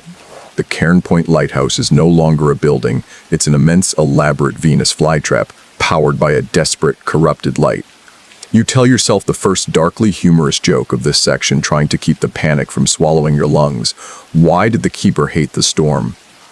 Because it kept stealing his spotlight, and now it's giving it back to the Glomus. You frantically insert the key into the lock. It catches. You twist. The tumblers groan, covered in the oil. The key turns about a quarter of the way, then stops with a dull clunk. The final piece of the mechanism is jammed. You try to recall the obscure horror tidbit about the lockjaw ghost. In this lore, a ghost that dies of sudden, paralyzing fear often manifests its final state in the physical world by sealing doors and locks, locking the living into the same terrifying scenario they experienced. The jam block is not a mechanical failure. It's a century-old panic attack, frozen in metal. You look through the tiny window in the door, trying to see the ocean one last time. It is black, immense, and completely still. The enormous, oily shape is gone. The Glomus has either retreated or accomplished its primary goal, turning the light. You turn and face the staircase. The 3-flash beam is visible now, cutting a diagonal path across the center of the room. It's a harsh, sterile white, moving slowly, relentlessly toward your position. You realize you have to go back up. The base is sealed, and the light is targeting you. You need a joke. Your voice is a cracked whisper. Why did the keeper hate the storm? Because it kept stealing his spotlight, and now it's giving it back to the Glomus. You start climbing, the beam following your movement, tracing a harsh line across the iron treads just below your feet. You reach the first landing. The beam hits the wall and refracts slightly, illuminating the scrawled word Inverness with a terrifying, absolute clarity. You recall the scholarly debate phrasing. Researchers disagree on whether the keepers were fixated on the inland town of Inverness as a sign of their delusional flight from reality, or if Inverness represented a genuine, physical safe zone, the only point the Glomus's light could not reach. Bunchers, the beam is pointed at the land now, suggesting Inverness is no longer safe. You climb faster, reaching the living quarters. The beam sweeps through the room, momentarily lighting up the 3 neatly folded bunks and the single overturned chair. The chairs cast long, frantic shadows that dance and stretch away from the beam, like frightened entities fleeing the light. You tell yourself the second joke, trying to sound sarcastic. I told my reflection in the window that I was scared. It just stared back and said, "Don't worry, you're about to become very well illuminated." You reach the watch room. The beam catches the clockwork mechanism and flashes blindingly in your eyes. You shield your face and look out the single, clear slit in the blacked-out glass. The storm is easing. The wind is dying down. The chaos is receding, replaced by an unnerving calm. The Glomus is done with the storm. You look down at the floor and you realize the crystalline residue is thicker than before, glistening faintly in the dark. It's like climbing down into a growing, electrified snowdrift. You look down at the floor and you realize the crystalline residue is thicker than before, glistening faintly in the dark. It's like climbing down into a growing, electrified snowdrift. For Stertication, Hotterty is a criming, Potterty is a Monday, a PPA and PPA, a beta. You realize the keeper's final message was about the destination of the light. The 3 flashes, the triple blink was Morse for S. The continuous repetition was SSS. The Glomus was spelling a word entirely of S's. You remember McLeod's final thought, LIS. The word is ASS. No, that's too complex. The word is simple. The 3 flashes, the 3 scratches, the 3 keepers. The light is screaming IT's here. You run for the steel door, slamming it shut behind you. You descend the ladder, racing down the spiral staircase, past the neat bunks and the overturned chair, heading for the welded exit door. You have to get out now, before the ship arrives and the crystallization is complete. You have to escape the tower that is now actively using the warning to kill you. You push open the lantern room door, and the immense concentrated energy of the pulsing light slams into you. The air is violently hot, thick with the smell of ozone, and the thrum is a continuous, skull-rattling roar. You shield your eyes, stepping onto the metal floor. The entire room is bathed in the brilliant, relentless white-blue light of the exposed coil. The beam is now completely focused on the interior of the tower, and you are standing directly in its path. You are the subject of the warning. You stumble toward the empty pedestal, using it for cover. The black, oily film on the pedestal is now steaming under the heat of the coil, releasing a new, pungent odor like burned sugar mixed with iron. You recall the fringe horror tidbit about the light's embrace. This lore suggests that when a light source is purposefully corrupted to serve an unnatural entity, the light itself becomes magnetic. Anything that stands in the beam for too long will become permanently fixated on the light, unable to move away, eventually being drawn into the mechanism itself. You feel the pull, a sudden, irrational desire to simply stand in the light and stop struggling. You fight the urge, forcing yourself to look at the 3 parabolic reflectors. The 3 scratches on them are glowing faintly under the coil's intense energy. You realize the keepers were spelling out a word, but not in Morse code. They were using a lighthouse cipher system they invented, a code based on the repetition of the 3 flash signal, the S pattern. The word Mac Laode was trying to spell was SEA, S 3 flashes, E 1 flash. A 1 flash and a dash. No, the light is continuous SSS. The simplicity is terrifying. The light is sending 3 flashes continuously. 3 flashes, a short pause. 3 flashes, a short pause. The pauses are short, the flashes are short. You realize the 3 flash pattern is not Morse code for S. The keepers designated 3 short, fast flashes as the letter WWWW is not 3 dots, but W is for warning. If the triple blink is the letter WWWWWWW. You recall the scholarly debate phrasing, in the mate of town. Researchers disagree on whether the use of an ambiguous symbol like a non-regulation light pattern in an emergency situation constitutes a universal distress call, or if its very ambiguity renders it useless, suggesting the keepers only intended the code to be decipherable by someone who had read their private secret journals. The light is screaming W. It's a continuous, panicked repetition of the first letter of the word, warning. You move around the pedestal using the metal mass to block the intense heat. You look at the steel door you just entered through. The grinding from the rotation wheel is now replaced by a continuous, high-pitched whine, a sound that vibrates the fillings in your teeth. You tell yourself the first joke, trying to focus the fear. Why did the keeper carry a flashlight? Because he didn't want to be left in the dark, even though that's literally the safest place to be right now. The beam sweeps past, focusing on the center of the metal floor. You look down, and you see that the crystalline residue is now visibly growing in the beam's path, crystallizing instantly under the heat. It looks like thin, sharp needles of blue-white salt growing out of the metal. The glomus is not just fusing the tower, it's using the light to accelerate its chemical welding process. The light is a tool. You realize you have to destroy the coil. You grab the rusted piece of iron from the shattered pedestal, the one that keened when you threw it earlier. You can't break the reflectors, but you can try to short-circuit the coil. You wait for the pulse, and during the brief dark interval you lunge forward and slam the piece of iron against the exposed, sizzling coil. The sound is not a crash, but a terrifying, muffled th-wump. The lights don't go out. Instead, the piece of iron instantly adheres to the coil, welding itself to the mechanism with a violent, white-hot flash of energy. The coil now has an antenna, your last piece of protection. The light intensifies. The 3-flash pulse is now so fast it looks like a continuous, white-hot line. The thrum is so powerful that your entire body is shaking. You tell yourself the second joke, because this is going badly. I asked the glomus what its favorite hobby was. It said, welding, because I love a good fusion of elements. You stumble backward, your hands stinging from the heat. You are now truly trapped. The light is too powerful, the iron is fused, and the tower is sealed. You look out the glass, past the pulsing beam. The water is settling now, a flat, immense black sheet, perfectly mirroring the sky. And you see the last, terrifying detail. Far out on the horizon, where the storm has completely cleared, there is a single massive ship. It's an old freighter, completely dark, silent, and riding impossibly low in the water. It's heading directly toward the light's beam, responding to the relentless 3-flash signal. The glomus's invitation has been accepted. This is your mainstream horror fact, the Phantom Ship or the Flying Dutchman. An impossible, silent vessel responding to a forbidden light drawn to the carnage. You look down at the floor, and you realize the crystalline needles are growing faster, longer. The tower is becoming an enormous, light-powered crystal trap. You tell yourself the final joke, and it's a prayer. I've figured out the meaning of the light's warning. It's just saying, don't forget to hydrate because you're about to be crystallized. You know your time is up. The light is calling the ship, and the glomus is sealing the exit. The final message of the keepers, the word that McLeod was trying to write, was not lie-s. It was D-E-A-A-A. D. No, that's too complex. The word is simple. The three flashes, the three scratches, the three scratches.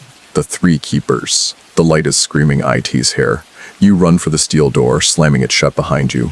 You descend the ladder, racing down the spiral staircase, past the neat bunks and the overturned chair, heading for the welded exit door. You have to get out now before the ship arrives and the crystallization is complete. You have to escape the tower that is now actively using the warning to kill you. You are a blur of motion flying down the spiral staircase. The steel door to the lantern room slams shut behind you, but it offers no real sense of safety. The thrum is still vibrating through the iron steps, and you can feel the heat radiating from the walls above, a low, powerful warmth that suggests the entire granite tower is slowly becoming an oven. You are racing against two deadlines, the glomus's crystallization process and the arrival of the phantom ship. You crash onto the base room floor, the crunch of the crystalline residue deafening. You rush to the heavy iron exit door, grabbing the fire poker. The oil on the bolt is hardening into a glass-like shell. You slam the poker against the metal, trying to chip away the oil, but it only produces a high-pitched, metallic squeal and a brief, painful shock of heat. You look back up the shaft. The light beam, now moving slowly and deliberately, is centering on the base room. It is searching for you. This moment perfectly illustrates the mainstream horror fact of the final trapping sequence, where the environment itself, the architecture, the gravity, the very ground, becomes the active antagonist, consciously sealing the victim inside. The Cairn Point Lighthouse is no longer a building. It's an immense, elaborate Venus flytrap powered by a desperate, corrupted light. You tell yourself the first darkly humorous joke, trying to keep the panic from swallowing your lungs. I asked the tower, "What's your favorite color? What's your favorite?" It replied, "Ozone, darling. It matches my inner turmoil." You give up on the door and instead scan the base room for a different exit. There is none, except for a small, circular access grate set into the floor near the central column. It is rusted and seized shut, designed for sump maintenance, not human escape. You use the fire poker to pry at the grate. The rust is ancient and the metal groans, but doesn't yield. You recall the final log entry from MacLeod, the one you had tucked away, the one describing the water. The water is black. This leads you to the obscure horror tidbit, the legend of the Inky Tide. This is a superstition from the isolated coasts of Iceland, where it is believed that a certain tide, a tide that rises not from the moon, but from an impossible internal pressure, will turn the color of printer's ink. If the tide is inky black, it means the water is no longer pure. It is a sentient, consuming substance actively looking for something to pull down. You look at the small grate. Below it, you can hear a faint, sloshing sound, and the metallic, deep toll, toll, toll of the submerged bell. The water is already rising inside the base of the tower. You jam the poker onto the grate and pull with a desperate animal strength. The metal screams, and with a sickening pop, the grate breaks open. You shine your light down into the opening. It's a vertical shaft, perhaps 15 feet deep, filled with water. But the water is not clear. It is a profound, impossible black, shimmering with a faint, oily sheen. The Inky Tide is here. You look up. The light beam has found you. It hits the wall directly beside you, turning the granite a harsh, brilliant white. The ozone smell is overwhelming. You are directly in the light's focus. You recall the scholarly debate phrasing. Researchers disagree on whether the physical symptoms reported by the keepers, paralysis, intense heat, and disorientation, were the result of massive electromagnetic radiation from the coil, or if the light itself carries a cognitive component designed to inflict a psychologically paralyzing fear. The light is a weapon. You can feel the heat on your skin. The light itself seems to be pressing you down. You tell yourself the second joke, a manic stutter against the fear. I decided to take the high road, but the lighthouse beam followed me, so I guess I'm just magnetically attracted to bad decisions. You know you can't outrun the light. You have to go down into the Inky Tide. You drop the fire poker. You look at the black water, and you hear the submerged bell, toll, toll, toll, directly below the shaft. You realize the three keepers are down there, still ringing their terrible warning. You grab the brass key you found and use the thick, heavy end to scrape one last frantic message into the wall next to the grate. You carve the final word MacLeod failed to write, found. The three flashes were spelling out warning, and the light's turn inland was the completion of the glomus's message, fond. You need to act. You are about to become part of the dark, final log entry. You swing your legs into the shaft, bracing yourself against the cold, wet granite. You tell yourself the last joke, a final, despairing chuckle. What did the glomus say to the keeper?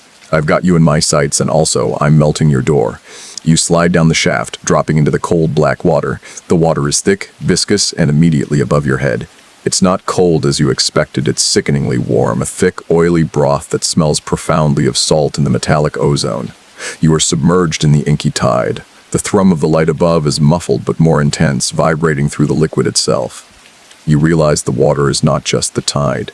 It's the body of the glomus, rising to claim the tower. You look up at the opening. The beam of the light is focused directly down the shaft, cutting a harsh, white line through the black water. You can see the crystalline needles growing at the edges of the grate. You push yourself downward, desperately swimming through the thick liquid. You need to find the source of the bell, the center of the warning. You are in the dark, and you are completely alone, except for the 3 dead men and the thing that consumed them. You are submerged in the inky tide, the water thick and warm, resisting your movements. The blackness is absolute, and the only light is the harsh, white column of the beam cutting down through the shaft above you. The pressure is immense, and your ears are ringing not just from the depth, but from the low-frequency thrum of the coil, which is now amplified by the surrounding liquid. You push through the viscous water, searching for the bell. The tolling is deafening now. Toll, toll, toll. Right in front of you. You open your eyes, uselessly, in the blackness, then blindly reach out your hand. Your fingers brush against something cold, heavy, and metallic. It's a massive bronze object, the submerged bell. You grasp the rope and realize the bell is not being rung by the ocean. It's being pulled by something. You grab the bell and pull yourself closer, shining your headlamp, which is barely working through the water, onto the object. It's not a simple bell, it's a colossal ship's bell covered in barnacles and a thick, dark slime, the glomus's oil, and attached to the rope, pulling it with a steady, rhythmic, non-human force, is a mass of that same oily black substance. It's an appendage of the glomus, a thick, muscular tendril fused to the bell rope, actively ringing the terrible warning. This is your mainstream horror fact, the pervasive fear of animate slime or viscous terror, the idea of an entity that is formless, yet possessed of immense organic strength. The glomus is the lighthouse keeper now, pulling the bell rope. You look at the black tendril pulling the rope. It's a grotesque, powerful sight. You realize the bell is not the keeper's warning. It's the glomus's celebration. The tolling is announcing the discovery, the capture. You frantically swim away from the bell, pushing against the thick, oily water. You need to find a way out of the base room.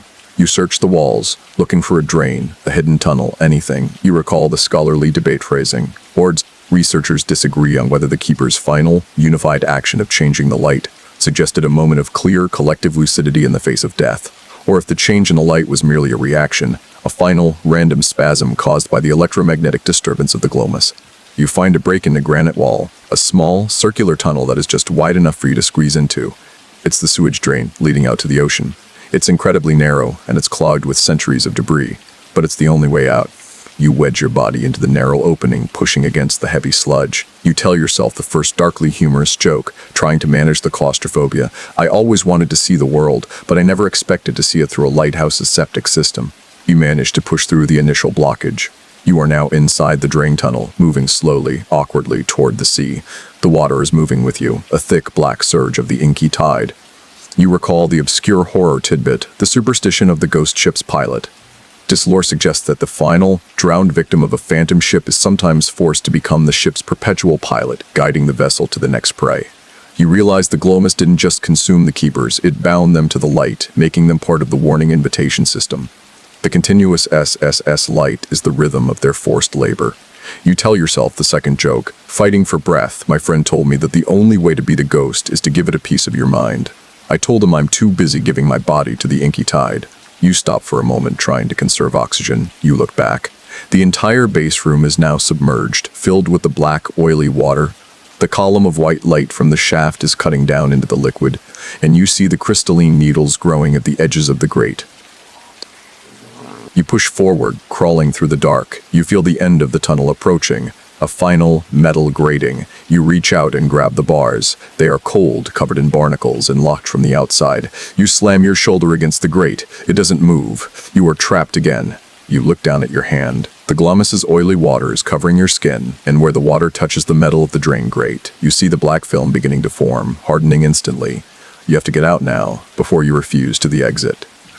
You tell yourself the final joke, your voice a desperate, silent shout. Why was the keeper always getting shocked? Because he was constantly making poor electrical connections with the terrifying magnetic death sludge. You grab the metal bars and pull with all your strength. The bars groan, but hold fast. You are stuck in the final narrow throat of the trap. Then you feel it, a profound shift in the water's pressure, a massive, powerful suction. The inky tide is pulling out of the drain, being drawn back to the glommus's main body. The water level drops rapidly, leaving you gasping in the empty, dark tunnel. The suction is too powerful. You can't move forward. You are being pulled backward, out of the drain, and back into the base room, back into the open shaft, back toward the light. You lose your grip on the metal bars. You are sucked backward into the base room, tumbling through the black water. You surface, gasping for air, in the center of the base room. The water level is dropping rapidly. You can see the light beam focused on the exact center of the room. The crystalline needles are everywhere, sharp, growing formations that glitter in the pulsing light. You realize the light is now at full power, focused entirely on the inside of the tower. The glommus has fully committed to the consumption. You have nowhere to go. You are back in the center of the trap. You stand dripping in the center of the base room, the inky tide receding rapidly, draining back down the central shaft and the open grate. The floor is left covered in a thin, glistening layer of the oily black residue and the razor-sharp blue-white crystalline needles. The ozone smell is overwhelming, and the thrum of the light is a constant physical assault. You are pinned, standing exactly where the light beam is concentrated. You look up the shaft. The 3 flash pulses now running at an impossible speed. So fast it looks like a continuous non-stop solid white column of pure energy, focused directly on your chest. This is the mainstream horror fact, the absolute terror of imminent incineration or conversion. The light is not just a beam, it's a focused energy source actively trying to convert your organic material into the crystalline substance you're standing on. You can feel the heat on your skin. The light itself seems to be pressing you down. You realize the keepers didn't disappear. They were disintegrated and converted into the very components of the glommus's mechanism, the oily film and the crystalline substance. You tell yourself the first darkly humorous joke, but it's a desperate whimper. I never thought I'd be converted to a fine powder, but I guess I always knew I was destined to be part of a terrifying self-sealing mechanism. You look down. The crystalline needles are growing around your boots, slowly fusing your feet to the floor. You try to move, but your boots are already stuck. You recall the fringe horror tidbit, the legend of the sunken sentinel. This lore suggests that when a lightkeeper is converted by the glommus, their final desiccated body is used as the base for the new Fresnel lens, their organic material becoming the refractive focus. You struggle, pulling your feet free with a sickening squeak of tearing rubber and crystallizing material. You manage to stumble backward, away from the column of light, toward the edge of the room. You look out the tiny, high window of the base room. The storm is completely gone. The sea is a flat, black sheet. And on the horizon, the dark, silent phantom ship is much closer, heading directly for the light's beam. You realize the glommus has won. The warning is over. The invitation has been answered. You recall the scholarly debate phrasing. Researchers disagree on whether the Cairn Point mystery should be classified as a singular incident of maritime failure, or if it represents a repeatable instance of a predatory, energy-consuming entity that exists solely to subvert human structures and lure prey to its fixed location. You tell yourself the second joke, a final act of intellectual rebellion. I finally realized why I was drawn here. I just wanted to see a real-life illustration of the phrase, "I'm screwed." You reach the corner of the room, near the staircase, and you look up the shaft one last time. The light is still a solid, continuous column. You realize the final horrifying meaning of the 3 flash pattern. The keepers were not spelling the word. The 3 flashes were a visual representation of the 3 vanished men, a silent, rhythmic scream. We are here. You are the 4th flash. The continuous, solid beam of light that is focusing on the base room suddenly pulses violently one last time with a deep, final th whump. The solid column of light fissures. It does not go out. Instead, the white column splits into 3 distinct, separate beams. 3 beams, each moving independently. One beam swings up the shaft, tracing the path of the first keeper. One beam sweeps across the living quarters, lingering on the overturned chair of the second keeper. The third beam pivots, slowly, powerfully, and focuses its terrible attention directly on you. You are bathing in the pure, terrible energy of the last warning.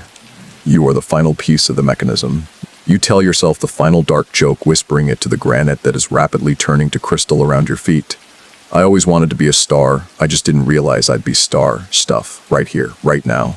You feel a profound, terrifying stillness descend upon you. The heat is overwhelming. The sound is a silent, constant shriek in your head. The light is cold, perfect, and absolute. You stop struggling. You are standing in the final, unchangeable message of the Cairn Point Lighthouse. The Glomus has found its fourth sentinel.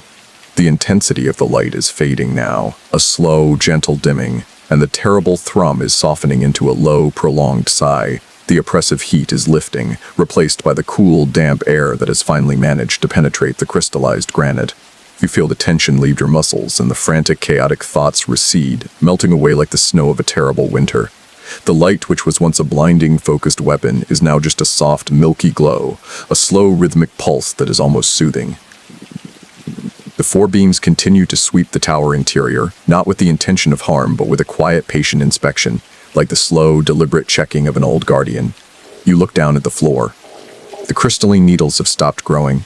The oily black film is slowly drying, turning to a fine, inert powder. The Glomus is finished. It has done what it came to do. You are still standing. You are not a crystal. You are not a crystal. You are simply exhausted, your ears ringing, your heart beating a slow, steady human rhythm. You feel the heavy brass key in your pocket, and you remember the exit door sealed by the Glomus's power. But the Glomus is gone. The magnetic field has collapsed. You walk slowly to the heavy iron door, your movements weary and deliberate. You don't try the key. You simply place your hand on the cold iron bolt and push. The dried, brittle oil cracks and flakes away with a soft, papery sound. The bolt slides open with a gentle, metallic whisper. The seal is broken. You push the door open. The night air outside is clean, cold, and quiet.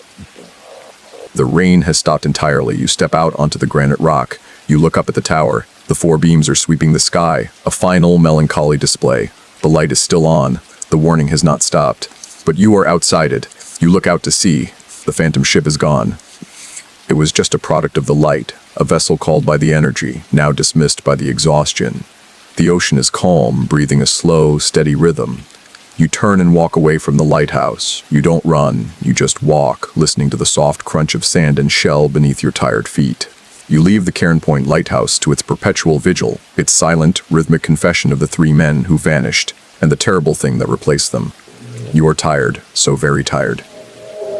The whispers, the tolls, the pulses, they're fading now, distant echoes of a story you barely survived. You close your eyes, feeling the gentle breeze on your face. It's a sweet, clean air carrying no trace of ozone or oil, just the scent of salt and distance. Sleep is calling now, a soft, irresistible comfort. The story is over and the dark things have retreated to the shadows. Let the rhythm of the waves and the memory of the light ease you into rest. You made it out. You can let go now. Just breathe. Let your muscles relax one by one. The tower is behind you. The dark is only the cover of night. Just sleep now.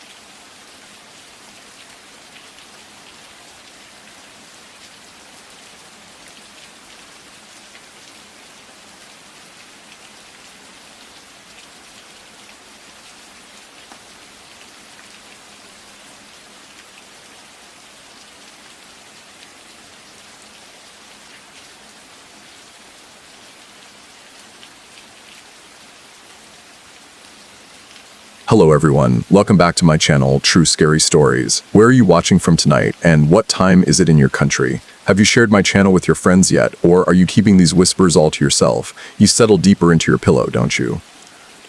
That familiar, heavy silence descends in your room, broken only by the low whir of your computer fan. Or maybe that's just the sound of the atmosphere compressing around your head, anticipating what I'm about to tell you.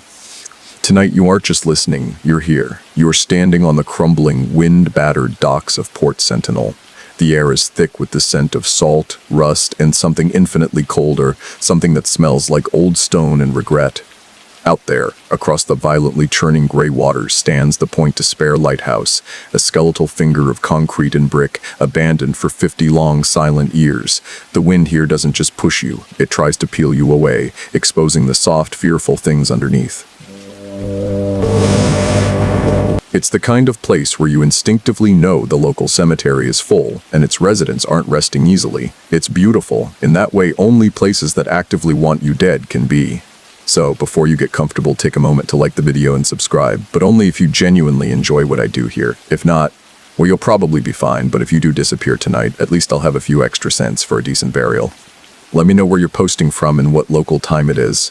I love knowing that I'm keeping some of you awake until the sun starts to crawl back up. Now, dim the lights, maybe turn on a fan for that low, unsettling hum, and let's ease into tonight's journey together. You walk the last few hundred yards toward the lighthouse keeper's cottage, the loose, jagged shingle beach crunching under your boots. The locals in the single, struggling tavern, the Salted Soul, had given you the usual blend of pity and morbid curiosity. They told you the stories, naturally. They warned you, predictably. 50 years ago, Point Despair went dark, not because of a storm, not a power failure, but because the last keeper, a man named Silas Thorne, just vanished. The light never came back on. The government declared the area too unstable for automated maintenance, and the place was left to decay. The lighthouse itself is beautiful in a derelict Gothic kind of way. It's too tall, too black against the perpetually bruised sky, and you can feel the salt eating away at the very bones of the structure. The whole town, Port Sentinel, feels like it's holding its breath, waiting for the massive cyclopean eye of the lighthouse to finally open again. The history of lighthouses, is saturated with tragedy. It's a job defined by solitude, duty, and relentless exposure to the cruelty of the sea. One mainstream scary fact is the unsettling history of the Island Mur lighthouse mystery. In December 1900, the 3 keepers stationed there vanished completely. Their logbook's final entries detailed hurricane-force winds, which weather records never confirmed, and a pervasive mounting sense of panic. The last entry was signed just before they disappeared. When relief finally arrived, the tower was empty, the beds unmade, and a set of oilskins lay untouched, suggesting one of the men left without preparing for the weather. To this day, no one knows where they went. Just another job hazard, I suppose. What do you call a lighthouse keeper who disappears? You might ask. Unemployed. You jiggle the enormous brass key into the lock of the keeper's cottage door. The metal groans in protest, and the hinges shriek a sound that is both agony and warning. Inside, the air is musty, thick with the smell of mold and forgotten time. But the actual lighthouse tower is your goal. You step outside and cross the short, rocky path toward the base. You notice that the mortar between the bricks is strangely fresh near the base, a small, unsettling detail that doesn't align with 50 years of decay. The narrative here is that the townspeople think you're mad for even touching the place. Efter Hellstria Mare. They speak of the weeping sand, an obscure coastal superstition, where if a sailor's bones are buried under a certain mixture of sea sand and pulverized shells, their spirit can never fully enter the sea or the land, but remains tethered to the beacon that guided them to their death. This is the obscure or fringe horror tidbit of the hour, a little legend to chew on. The weeping sand is supposed to be found only near the oldest lighthouses, where the foundations themselves are built on the wreckage of what they were meant to save. Researchers disagree on whether the physical properties of certain deep-sea clays actually produce a quantifiable electromagnetic field capable of interfering with human psychological stability, or if this is merely a case of extreme isolation-induced psychosis in lighthouse keepers. You stand at the massive oak door of the lighthouse tower, its surface pitted and scarred like the face of a scarred giant. As you push it open, the wind whips through the gap, sounding like a muffled scream that quickly gets swallowed by the immense circular chamber you enter. It's an impossibly high, dark shaft, lit only by the gray ambient light filtering through the small, high windows of the spiral staircase that seems to corkscrew endlessly into the gloom above. You realize something unsettling. The air inside is warmer than the biting wind outside. Not warm like comfort, but warm like a fever. It's just you and the silent stone. You came here seeking a story, maybe a thrill, maybe some forgotten treasure. But you start to suspect the treasure is less gold and more, an appointment, an inescapable, unpaid appointment. You pull out your phone. No signal, of course. Wouldn't be much of a scary story if you could call for help, would it? Dark joke 1. Why did the ghost move into the lighthouse? Because he wanted to see what was up with all the dead ends. And every porchway of you fight aversion. Hey bees. Dark joke 2. I've heard the food is terrible, a point to spare. I asked the local chef about his best dish, and he just said, it's a toss-up between the fish and the souls of the damned. Dark joke 3. I tried to compliment the architecture here, but the lighthouse just kept giving me the cold shoulder. It's got no light, no warmth, and 50 years of baggage. Sounds like my last relationship, frankly. You check your gear, flashlight, recording equipment, maybe a protein bar. Essentials for a ghost hunt, or a final meal. The stone walls feel impossibly thick, absorbing sound and light alike. You start your ascent, listening for anything but the sound of your own anxious breathing. The iron stairs continue to sing beneath your weight, a low, drawn-out clang that seems to annoy the silence more than break it. You're pushing upwards now, section after section, past small circular windows that offer momentary, dizzying views of the churning sea and the distant miserable town of Port Sentinel. You remind yourself that you're looking for the mundane, a faulty mechanism, a secret passage, a diary. But deep down, you're hoping for something less mundane, aren't you? Something that validates the knot of dread forming in your stomach. Something worthy of a true scary story. The temperature inside shifts again. It's no longer just fever warm, it's now a cloying heavy heat, the kind that precedes a migraine. You reach a small landing, probably the keeper's sleeping quarters, and there, pushed against the curved wall, is a heavy dark wood desk. On the desk, the title is barely visible, etched into the cover, Keeper's Silence. You peel open the brittle front page. The handwriting is a furious, precise copperplate, the ink dark and dense. The dates stop abruptly 50 years ago, coinciding exactly with the disappearance of Silas Thorne and the death of the light. This is it. This is the Keeper's journal, the missing piece of the puzzle. You run your finger over the ink, feeling the slight raised texture of the despair soaked into the paper. The entry for the final recorded day is almost unreadable, scrawled with a force that tore the page in several places. The light demands sustenance. It is not a guide, it is a trap. You tuck the journal under your arm, knowing the silence in this tower is anything but empty. You recall the mainstream horror fact of the Mary Celeste, a brigantine found abandoned in 1872. Her lifeboat was missing, but the crew's personal belongings, including their pipes and tobacco, were still neatly in place. A half-eaten meal was on the table. It was as if they simply vanished into thin air, leaving no struggle, no evidence of piracy or disaster, much like Silas Thorne. The unsettling part of the Mary Celeste isn't the ghost ship itself, but the utter lack of chaos. Just a sudden, clean absence, like a vacuum in the world. Dark joke 1. Silas Thorne was always terrible at hide and seek. 50 years later, he's still losing. I'm starting to think he just wanted a permanent vacation. The journal is your guide now. It reeks of mold and brine, and you can almost hear the phantom slosh of water coming off the pages. You continue up the spiral. That unsettling cold you sensed earlier is back, but localized now, concentrated on the very air immediately surrounding the stone staircase, while the center of the tower remains feverish. It's like climbing through a marble of hot and cold energy. Now for the obscure horror tidbit. Have you ever heard of a tethered watcher? In some very old New England lighthouse lore, it's believed that if a keeper dies alone on duty, their spirit becomes inextricably bound to the weight of the light apparatus itself. They don't haunt the tower, they become the mechanism, forever turning, forever maintaining a duty they can no longer fulfill. Their only manifestation is a faint rhythmic sound, the sound of their endless labor, and there it is, the sound. It's faint, but distinct, a dry, scraping shush, shush, shush. It's not the wind, which is a loud, chaotic bellow outside. This sound is internal, metallic, and perfectly rhythmic. It sounds like something enormous, heavy, and very old is being dragged across rough stone right above you. You pause, flashlight beam fixed on the next curve of the stairs. The scraping doesn't stop. It's tireless, like a broken record playing the same 3-second loop of metallic friction. You press your ear to the cold stone wall, and the sound is louder here, amplified by the stone itself. It feels less like dragging and more like a massive, deliberate grind. Researchers disagree on whether chronic exposure to low-frequency infrasound, like the kind produced by massive ocean storms and old resonant stone structures, can induce genuine hallucinations, or if the perceived phenomena are merely a psychological projection of the listener's expectation of the macabre.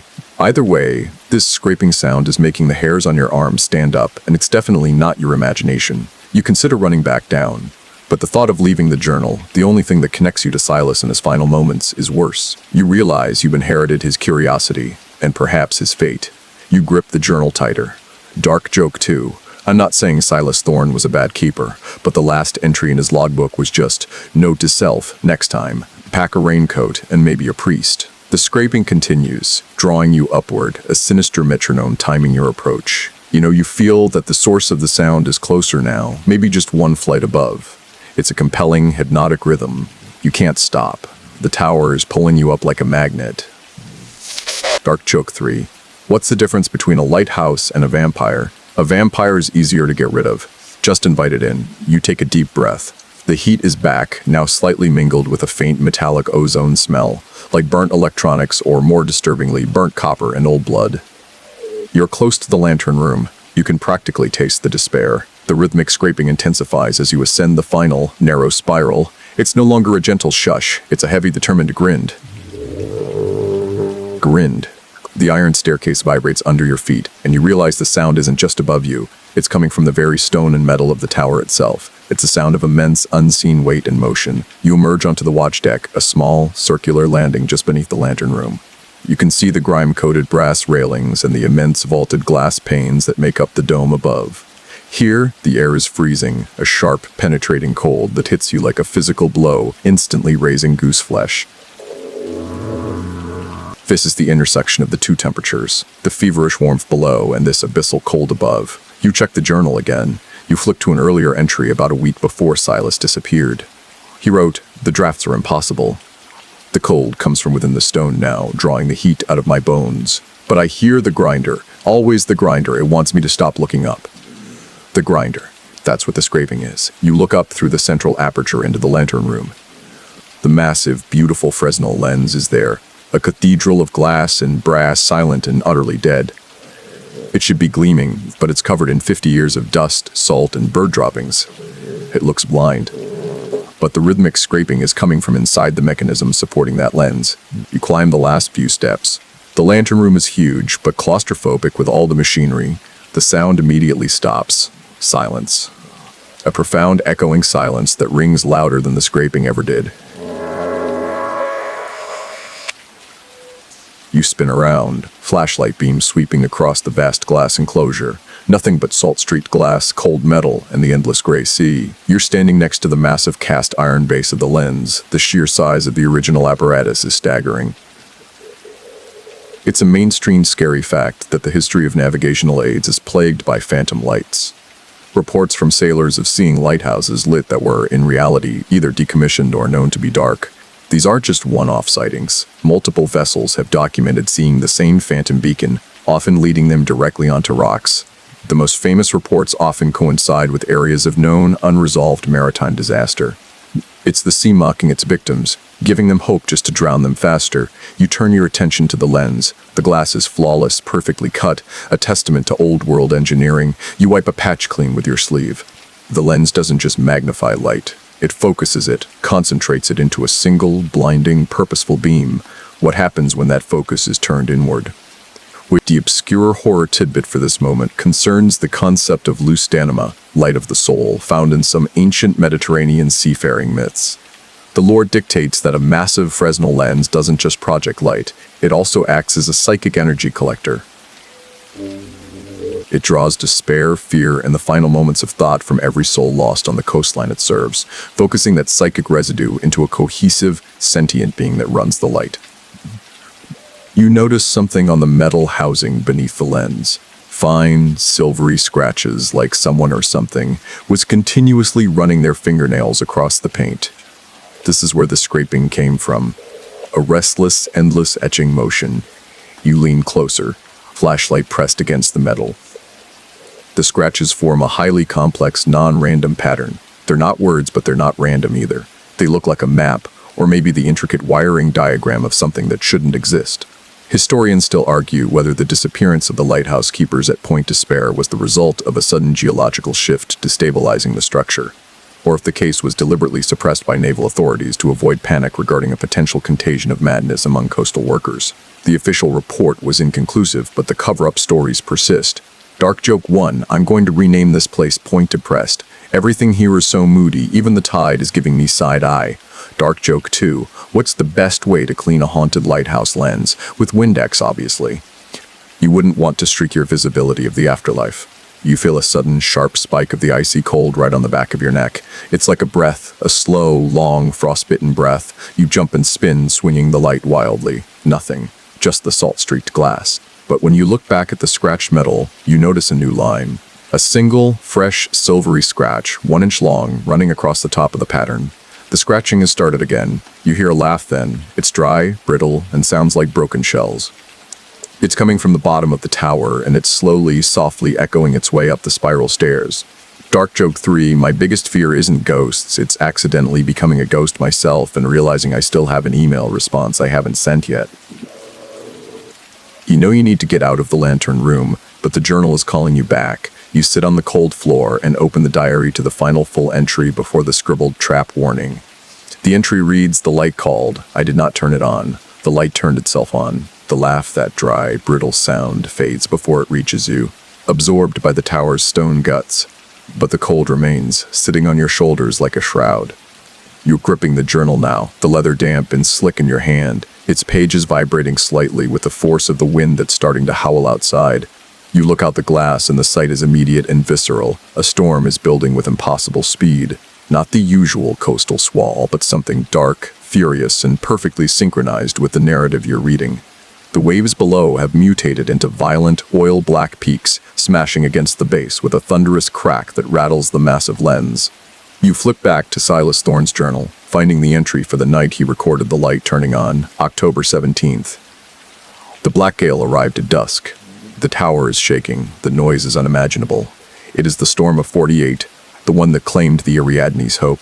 I dare not approach the mechanism, but I saw it, a green pulse in the dark, the light. It's on.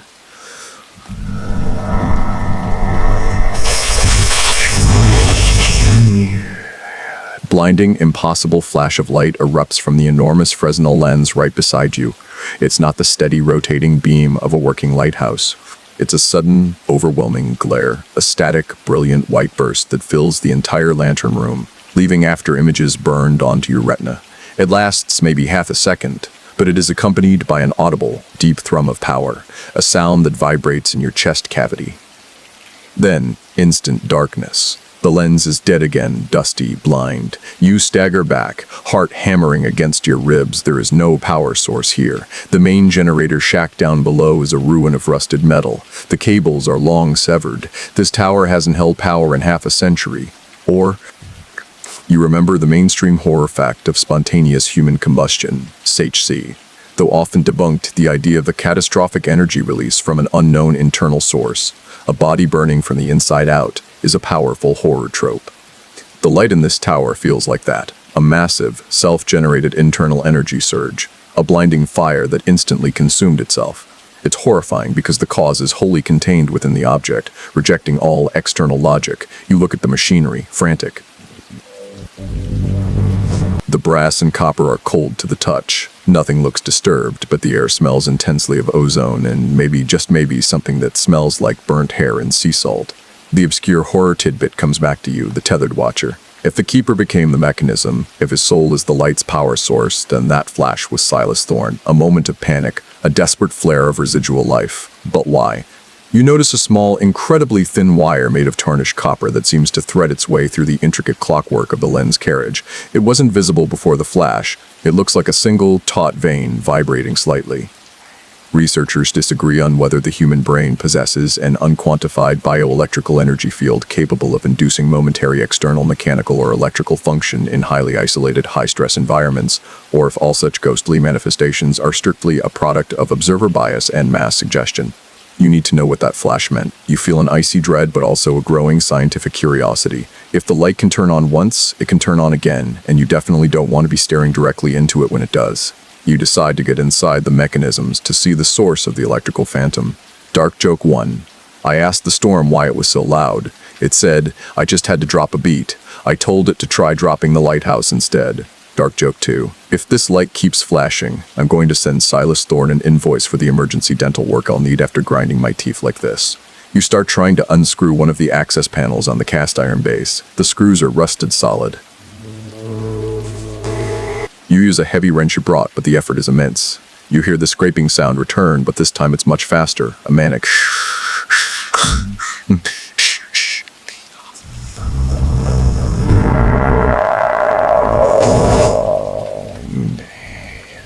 It's like the mechanism is trying to actively resist your interference. Dark joke 3. I've started dating a girl who lives in a haunted lighthouse. You shine your light into the dark, oil-slick cavity beneath the massive lens. Immediately, the scraping stops. You see an impossible tangle of ancient gears, chains, and brass counterweights, all coated in thick, black, solidified oil. And right in the center, resting on the main driving gear, is the key. Not the key to the tower, but a smaller, intricately carved iron key, the kind that might belong to a very old clock or a music box. It's stained dark brown, maybe with rust, maybe with something else. It feels warm. That warm, strangely intimate iron key lies nestled in the cold, dead heart of the machinery. You reach in, pull it out, and immediately feel a tingling, buzzing energy radiating from the metal. It's almost soothing, a strange contrast to the terror of the spontaneous light flash. The key is clearly the source of the faint warmth you felt throughout the lower tower. You inspect a massive gearworks. The machinery is designed to rotate the lens, to turn the light in a fixed pattern. But now it's still, silent, and covered in that strange, fine, silvery dust that you saw etched into the metal earlier. You realize the scratches weren't outside the housing, they were inside the mechanics, lines of friction created by something moving at an incredible, almost desperate speed. You check the journal again, flipping forward to the last unscribbled entry. Silas wrote, "The small key is gone. It was used to wind the timing clock. It is the heart of the rotation. Without it, the light cannot move. But now, I hear it running inside the base. It is winding itself." You look at the key in your hand. It's a winding key. The mechanism was running furiously and silently, without the key in place, simply scraping against its own iron housing. Then, you notice the hands. Small, impossibly faint marks on the inner edge of the iron casing, just above the main gear. They look like fingertip impressions, 5 pale, translucent smears pressed into the solidified grease and dust. They are child-sized. This isn't a human handprint in the traditional sense. It's more like a residual impression left by unseen hands pressing against the heavy iron. The moment you see the prints, a cold breeze, not from the storm, but from the inside, sweeps past you, and the mechanism twitches. The massive lens above shakes slightly, sending a faint clink through the glass. You quickly back away, the key now clutched so tightly it hurts. This brings us to maritime lore and the mainstream scary fact of the drowning man's hand. In many cultures with strong ties to the sea, there is the belief that a drowning victim just before succumbing reaches out and leaves a permanent, often inexplicable impression on the nearest boat hull, dock post, or in this case, lighthouse mechanism. These are physical proof of the final, desperate plea for help. The prints are almost always cold to the touch, constantly weeping brine, and touching them is said to bind the observer to the spirit's final drowning moment. You resist the urge to touch the small, pale smears. Now for the obscure horror tidbit. Some remote fishing communities have a legend of the brine dolls. When a ship is lost entirely, never yielding wreckage or bodies, it's said that the ocean creates a hollow facsimile of the lost child or sailor using only salt, mist, and the sound of the wind.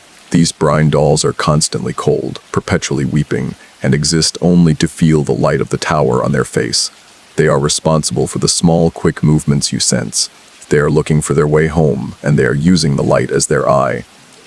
Researchers disagree on whether a series of reported sightings of small humanoid figures on the Point Despair rocks in the 1950s, immediately following the lighthouse's demise, were the result of a local geological phenomenon known as sea shimmer caused by thermal inversion layers, or if they were genuine paranormal manifestations related to the unsolved wreck of the fishing vessel, the Lost Daughter 50 years ago. Dark joke 1. I've decided to be more like the lighthouse keeper's gear, completely resistant to being wound up by outside influence. You hear a soft thump from the stairwell below, almost like a piece of wood falling. You freeze, straining your ears over the roar of the gale.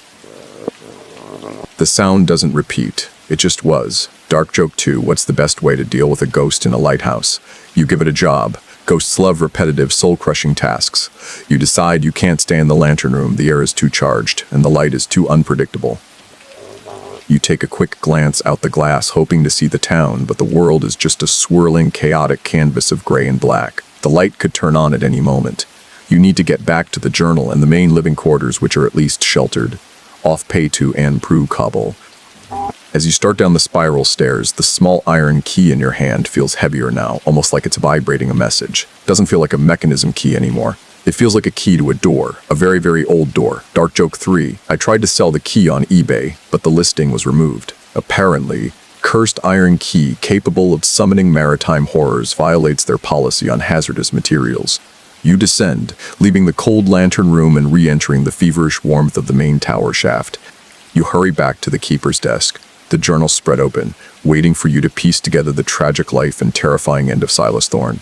The scraping is gone, but now you hear the low, distant clanking of metal on stone somewhere far below the base of the tower. It sounds like someone doing heavy, repetitive work in a deep, dark well. You're back at the keeper's desk, the damp journal spread open, the bizarre, warm key sitting on the page, almost as if marking its own place. The feverish heat in the room is oppressive now, making you feel drowsy, almost disoriented. It's hard to focus on the spidery script of Silas Thorne, but you force yourself. You need the narrative, the context for the horrors you've experienced in the lantern room. You skip past the mundane entries, supply requests, weather reports, all the standard loneliness of a keeper's life, and jump straight to the final weeks, the ones written in a progressively frantic hand. You start to see an unsettling pattern in the log entries. The dates become meaningless. They are replaced by descriptive phrases, night of the endless rain, the hour of the slow turn, and then, repeatedly, the presence is at the glass. Silas Thorne was charting something, not logging. He wasn't tracking the light's performance, but the steady, malignant growth of a thing that was watching him. One entry stands out, written in bold, slashing strokes. The storm is the veil. It is not danger. It is cover. The gale is what he uses to approach. The bring bee just brings his mass closer to the stone. The storm outside, a chaotic maelstrom of wind and sea, now feels less like a natural event and more like a tool, a shield for something vast and slow, something that uses the darkness and the noise to maneuver itself into place. This confirms the local lore you heard at the Salted Soul. One mainstream scary fact often cited in historical records is the concept of the storm hag, or hag ship, a supernatural entity that doesn't cause the storm but rides in its wake. Naval historians have sometimes recorded accounts of entire convoys of ships being inexplicably directed by their captains toward known hazards, only for the captain, once rescued, to claim they saw a figure or a distinctively dark vessel, barely visible in the torrent, that seemed to command their course. The storm hag is the predator who herds its prey into the jaws of the natural world. You look at the journal again. Silas was being stalked. The presence grew stronger every night the storm raged, almost feeding on the raw energy of the gale. The obscure horror tidbit found in Scandinavian folklore is the legend of the anchor-bound soul.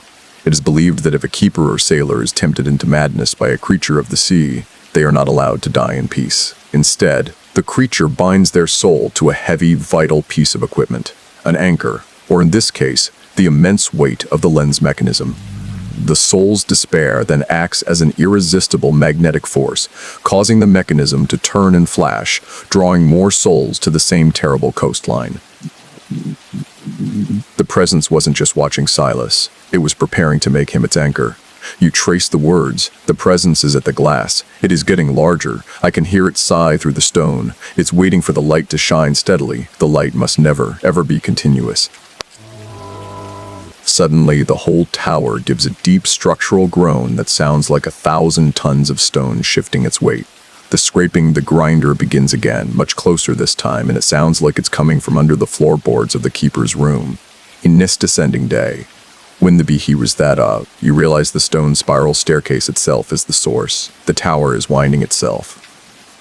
Researchers still argue whether the numerous documented cases of lighthouse keepers committing suicide in the 18th and 19th centuries were primarily due to the intense psychological pressure of sensory deprivation and extreme isolation, or if these locations harbor unique, locally sourced paranormal entities that specifically target solitary individuals. Dark joke 1, I told the presence that it needs to stop stalking people and get a hobby. Like maybe knitting, or, not existing. You stand up, moving away from the desk. The floor feels subtly unstable. You need to know what Silas did next. You flip to the final scrawled page, the one with the unreadable warning. But before that, there's one more full, coherent entry. It's short and terrifying. He showed me. He used the light. The presence did not come from the sea. It came from below. The light is not for the ships. It is for the dark. It is a chimney for the deep. The last thing he did before he vanished was to bolt something. But what? Dark joke 2. I asked the presence if it was happy with its current career path. It just sighed and said, "It's a dead-end job, but the hours are flexible."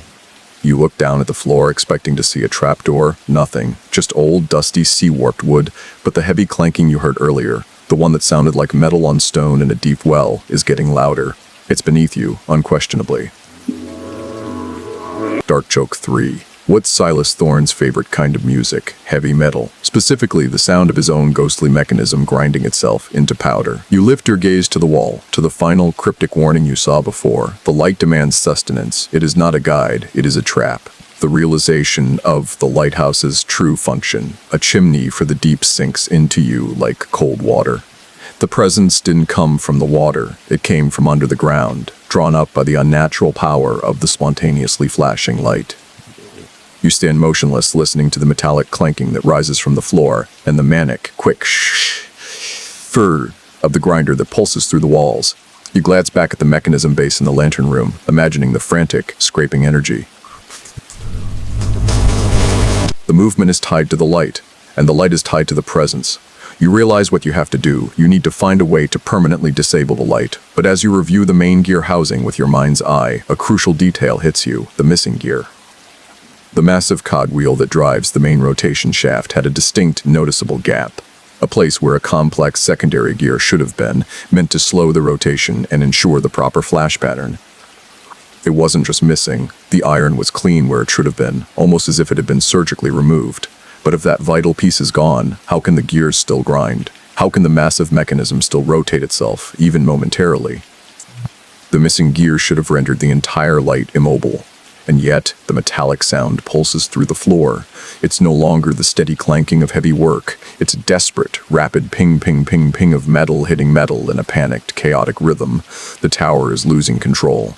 As the frantic sound peaks, you look out one of the small windows, peering through the storm. The wind is dropping, but the visible world is being swallowed by a suffocating, dense, unnatural sea fog. This is not a normal mist. It moves too fast, too low, hugging the rocks and the coastline like a living gray entity.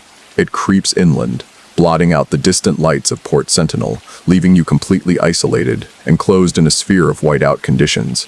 The obscure horror tidbit here is the legend of the Fog Eater, Nebel Fresser from Germanic coastal myths. This entity is said to be a sea spirit that thrives on total sensory deprivation.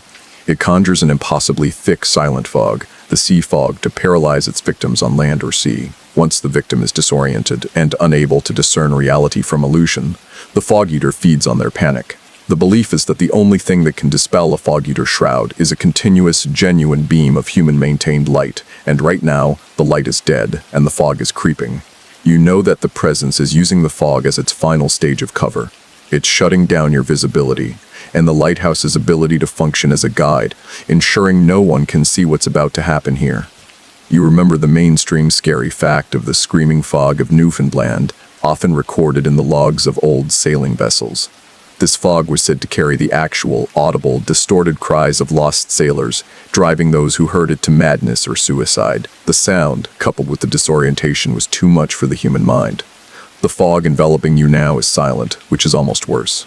Researchers disagree on whether the physical appearance of an unnatural fog, which often ignores prevailing wind conditions, is the result of a rare meteorological phenomenon involving rapidly shifting pressure fronts and temperature gradients, or if the observed phenomena are symptomatic of the geological release of subterranean methane gas.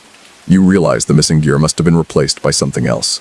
Something organic, something that could be wound up and set in motion. The scraping, the grinder, was the sound of a tethered watcher's soul being forced to turn the mechanism by sheer psychic friction.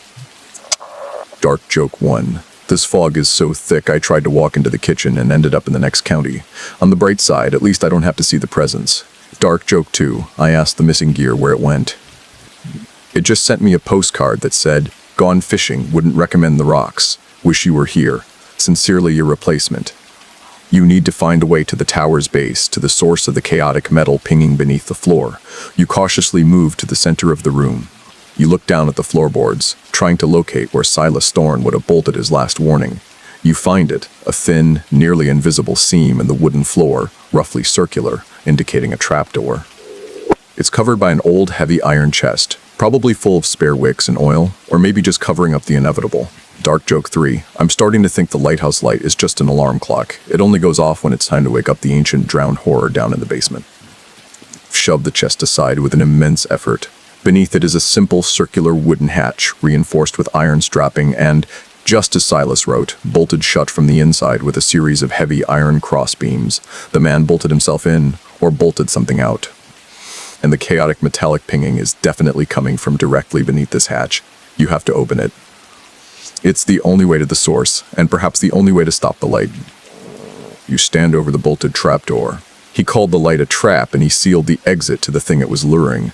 The sea fog outside is now so thick it presses against the glass panes of the windows, turning the world into a featureless, terrifying white. You're completely blind to the outside world. You start attacking the iron cross beams with the heavy wrench you used earlier. The bolts groan and shriek, showering sparks and rust flakes. The sheer panic in the sound of the metal below makes you rush. Ping, ping, ping. It sounds like a large metal object, an anchor maybe, swinging wildly and striking the stone foundation. As you work, you pause to look out the nearest window, trying to pierce the oppressive white fog, and for a fleeting, sickening moment, you see it. A dark, towering shape, massive and indistinct, silhouetted against the diffused, blinding white of the sea fog. It's standing on the jagged rocks just below the lighthouse base, perfectly still. It's too tall to be a man, too angular to be a natural formation. It is the specter of the wreck, the culmination of the storm hag's work, waiting patiently.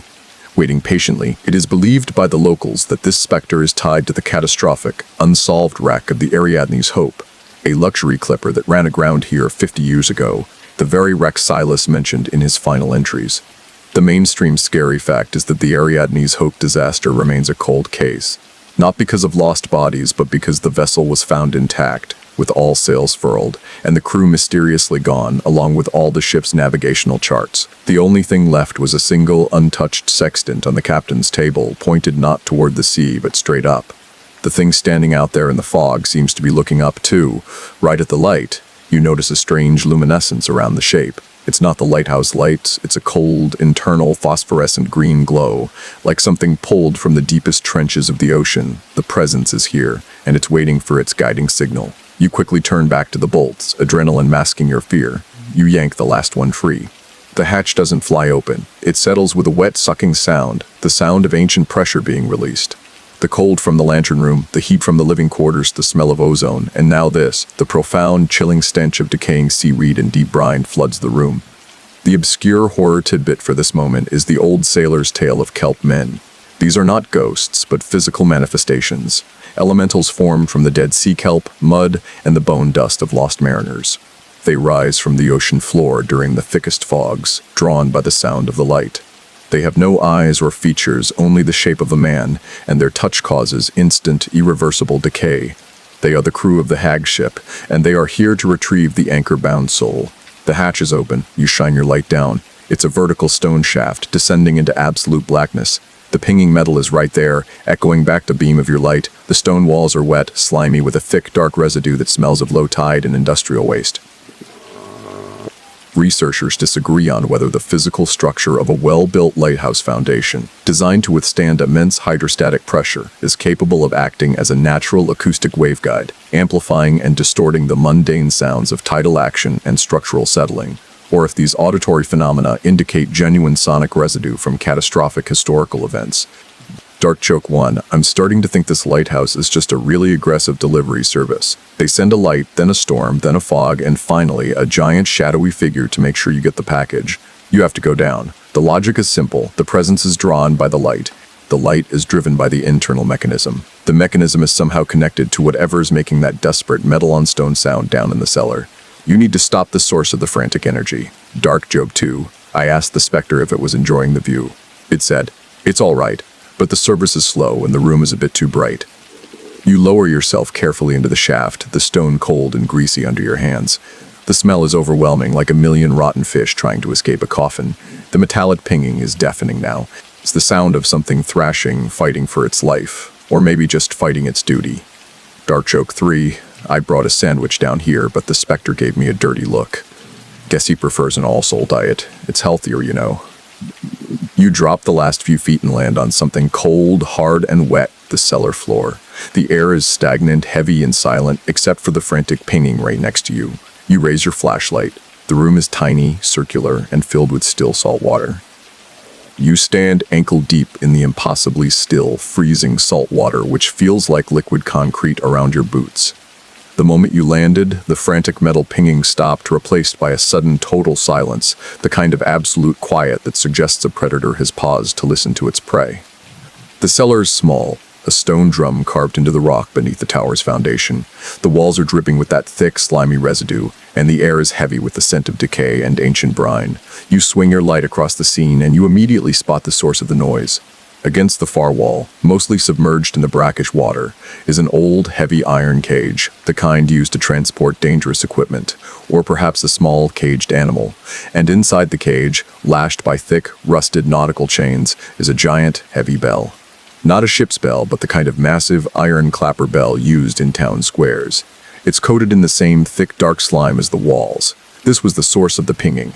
Something or someone was violently swinging the bell's clapper against the iron bars of the cage. You lean closer, shining the light directly at the bell. The chain used to secure it is incredibly thick, but near the top, where it loops around a beam, the chain has been rubbed nearly through. The wear isn't from friction, it's from a persistent, forceful sawing motion. And then you hear it. Not the rhythmic grinding, not the metallic pinging, but a different sound entirely. The sound that Silas Thorne warned of, the sound that convinced him to seal the cellar. Whispers from the walls. They aren't loud, they are hushed, distorted, and seem to be coming from within the thick, solid stone walls surrounding you. They are not words, but the cadence of language. They overlap, a chorus of weak, pleading voices. You can only make out fragments. Don't leave, and too cold, and repeatedly, release.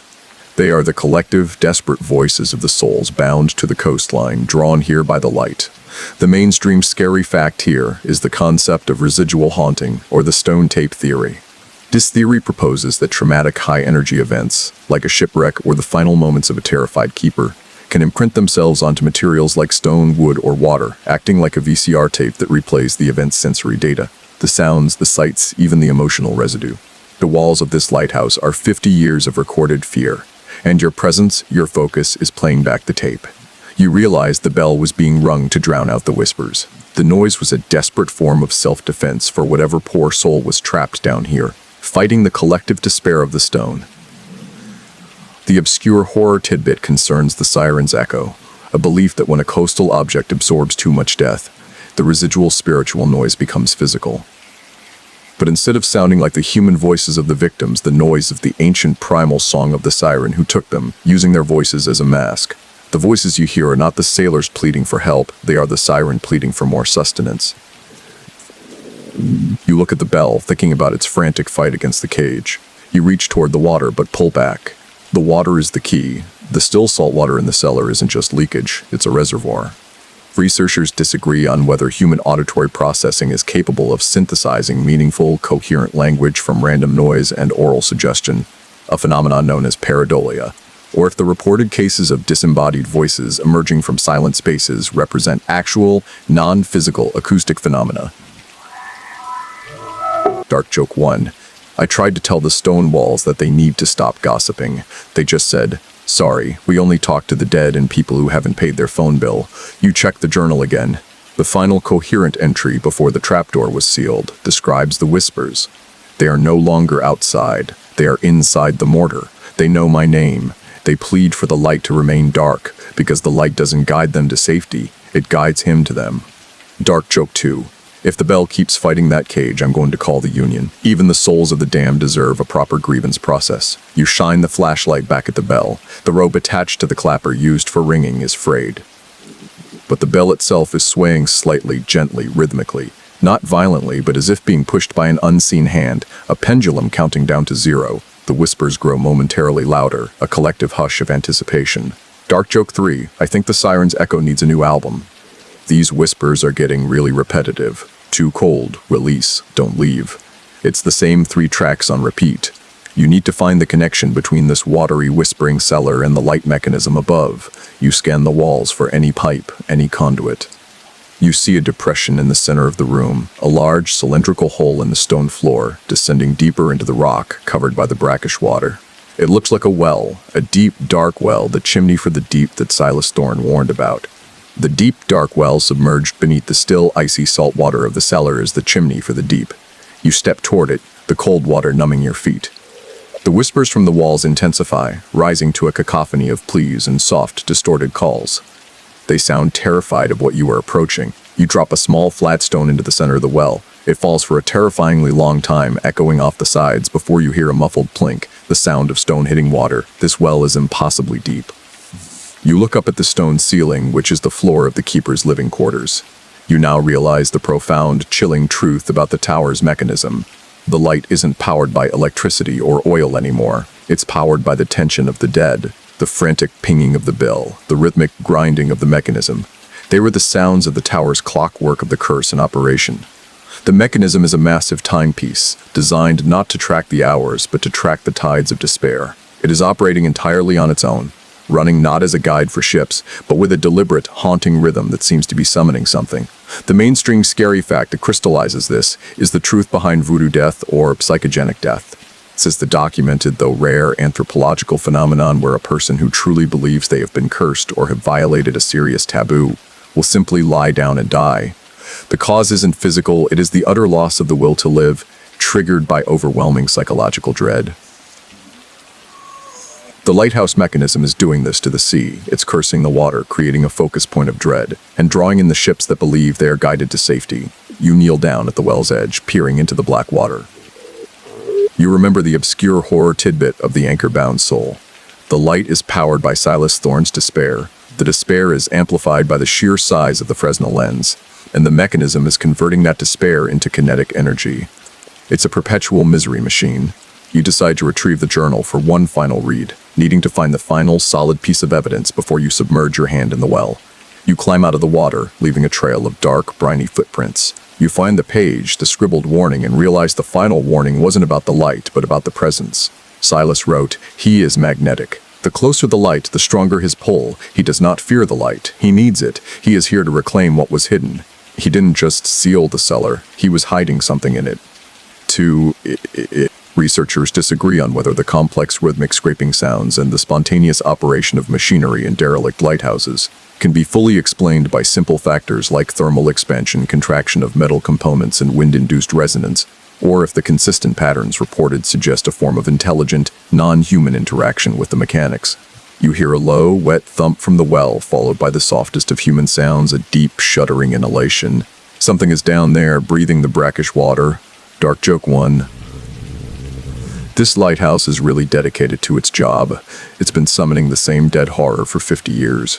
Talk about job security. You look at the bell. It is now completely still. The whispers in the wall have stopped. The silence is the worst sound of all. Dark joke 2. What's the motto of the anchor-bound soul? If you can't beat 'em, join 'em. And then power a giant glass lamp with your endless agony. You realize the presence isn't waiting for the next flash. It's waiting for the light to become continuous. That's the ultimate signal. Dark joke 3. I've seen better plumbing in a haunted dollhouse. At least they use fresh water. This salt water smells like regret and old fish. You climb back to the open hatch where the journal lies. You see one more detail in the scrawled handwriting written right next to the image of a key. I secured it. In the deepest cold, the heart of the rotation is the key to the release. You realize the key you found in the mechanism wasn't the winding key. It was the key to something else, something hidden, and that something is in the well. The new context, the heart of the rotation is the key to the release, sends a jolt through you. The little iron key you found in the mechanism isn't for winding the clockwork. It's for unlocking whatever Silas Thorne hid down here, the very thing the presence is magnetically drawn to. You need to descend into the water-filled cellar again, this time with a purpose that goes beyond mere investigation. You slide the key into your pocket. The stone shaft is easier this time, though the slimy walls resist your grip. You drop back into the cellar, the cold, still salt water immediately soaking your trousers and boots. The well is right in front of you, a black, perfectly circular portal to the crushing void below. The air pressure in the cellar feels different now, almost physical, pressing against your eardrums. The silence is profound, the whispers utterly gone. The bell in the cage is motionless. You walk carefully toward the well, shining your light into the deep, dark column.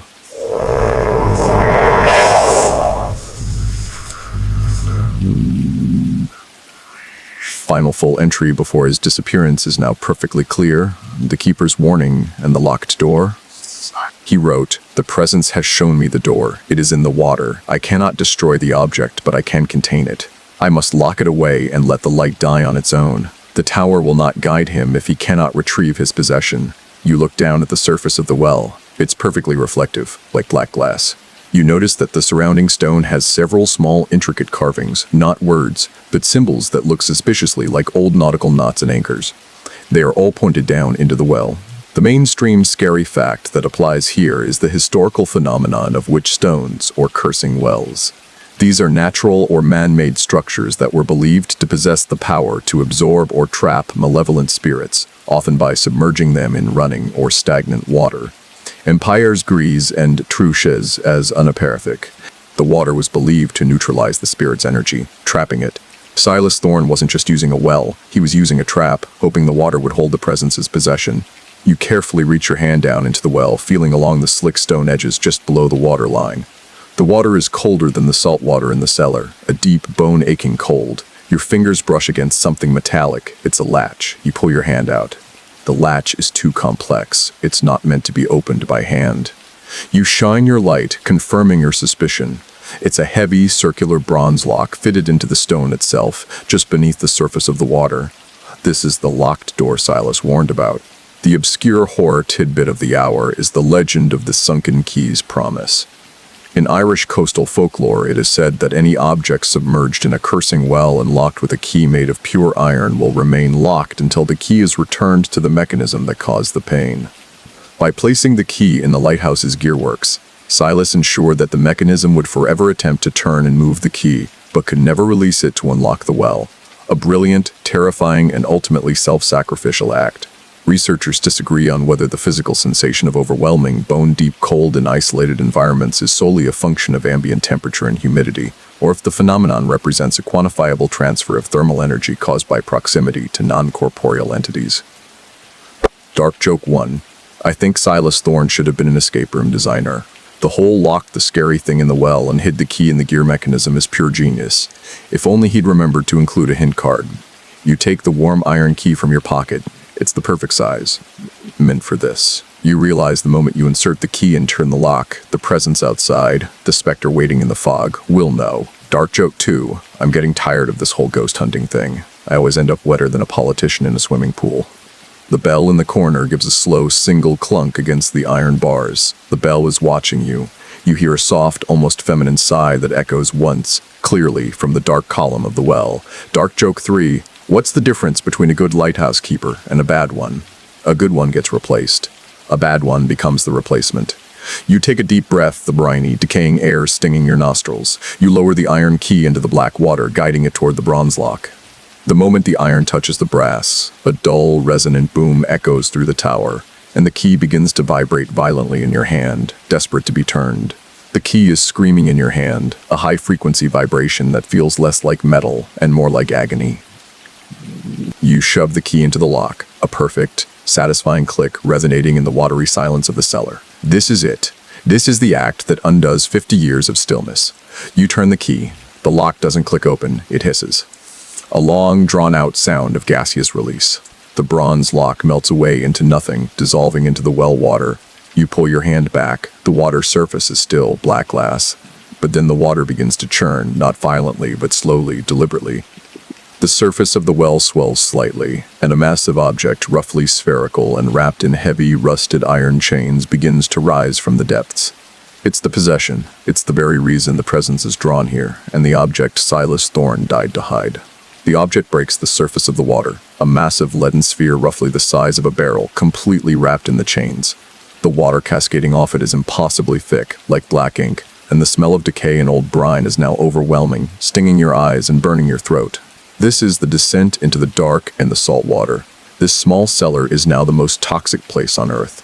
The mainstream scary fact here relates to the concept of Haitian zombification, which in some cultural contexts involves the deliberate use of powerful, neurotoxic substances, often derived from deep-sea life like pufferfish, to induce a state of suspended animation, rendering the victim powerless but alive. The toxic air and briny water of the cellar feel like they're deliberately trying to paralyze your mind, ensuring you can't fight what you've just unleashed. You look closely at the sphere.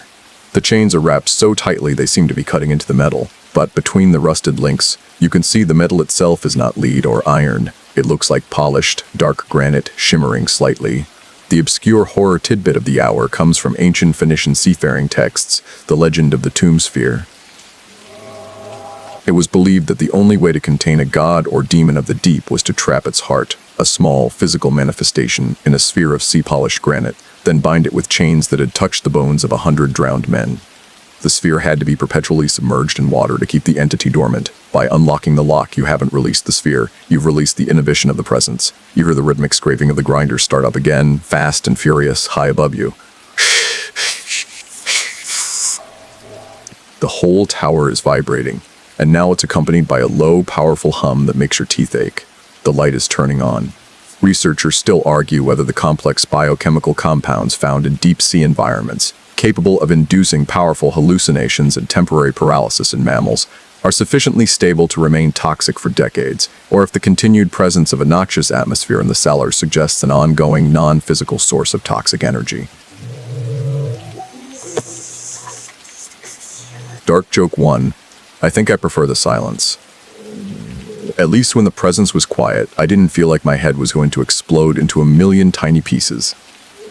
The granite sphere begins to rock slightly on the surface of the well water. The water around it is swirling, creating a slow, malevolent whirlpool. The scent of brine and decay is so strong you have to cover your mouth. Dark joke 2. I opened the well and all I got was this lousy, radioactive granite orb wrapped in chains. Talk about false advertising.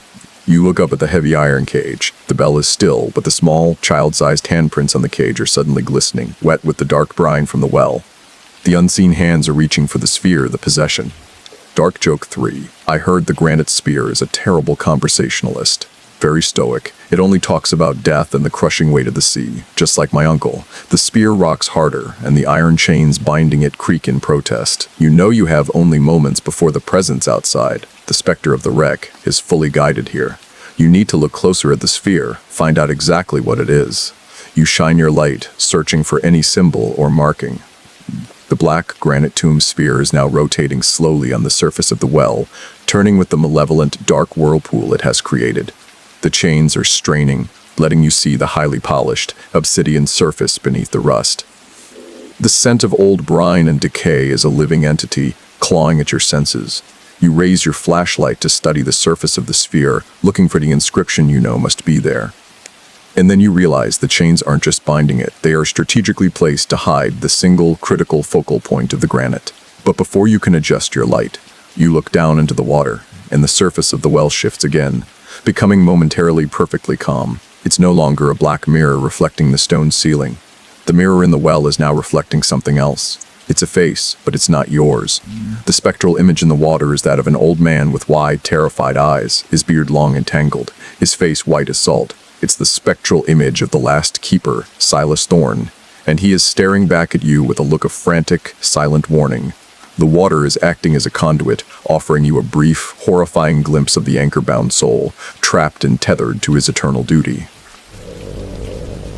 The mainstream scary fact here is the widely reported phenomenon of the residual image, or visions in the glass. Historical accounts from the 17th to 19th centuries detail instances where people looked into mirrors, still water or polished metal surfaces in haunted locations and saw the faces of the deceased instead of their own.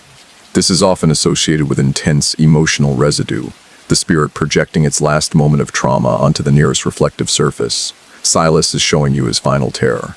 The reflection stays for only a second, but it conveys the truth. You shouldn't have opened the lock. The granite sphere gives a sudden, violent lurch, and the image of Silas Thorne is replaced by a massive, elongated shadow stretching across the entire surface of the water. a shadow that doesn't belong to the sphere or the light above. It is the shadow of the presence, the specter of the wreck. Now for the obscure horror tidbit. There is an old tradition among sailors regarding the shadow in the binnacle. If a captain dies by drowning, their finny shadow is said to sink with them, but it retains the ability to navigate. If it rises again and is reflected in the ship's compass binnacle, it directs the vessel or the person who sees it to the source of its original demise. The shadow in the well is Silas's killer, here to claim the possession. The shoosh of the grinder above is reaching a frantic, deafening speed.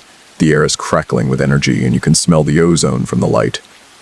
You notice something on the wall above the well, a small bronze plaque that was hidden by the chains of the bell cage. It's the final piece of the submerged truth. The plaque bears an inscription, barely legible beneath the brine residue. Here lies the heart of the Ariadne, claimed by the sea god in retribution for the crime of hubris.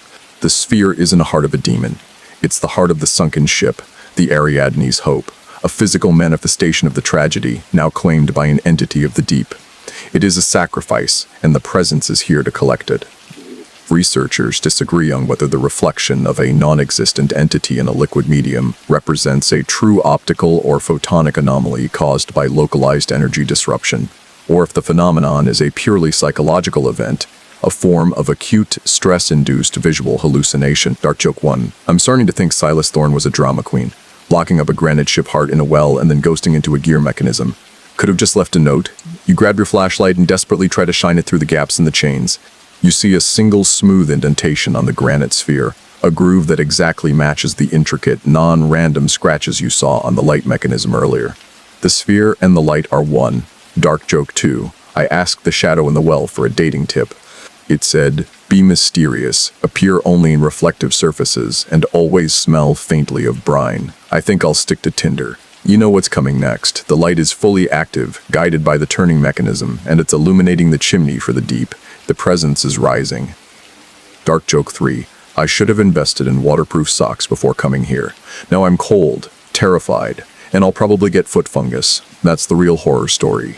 You look up at the opening of the hatch. The rhythmic hum of the light is now a massive, continuous roar, filling the entire shaft.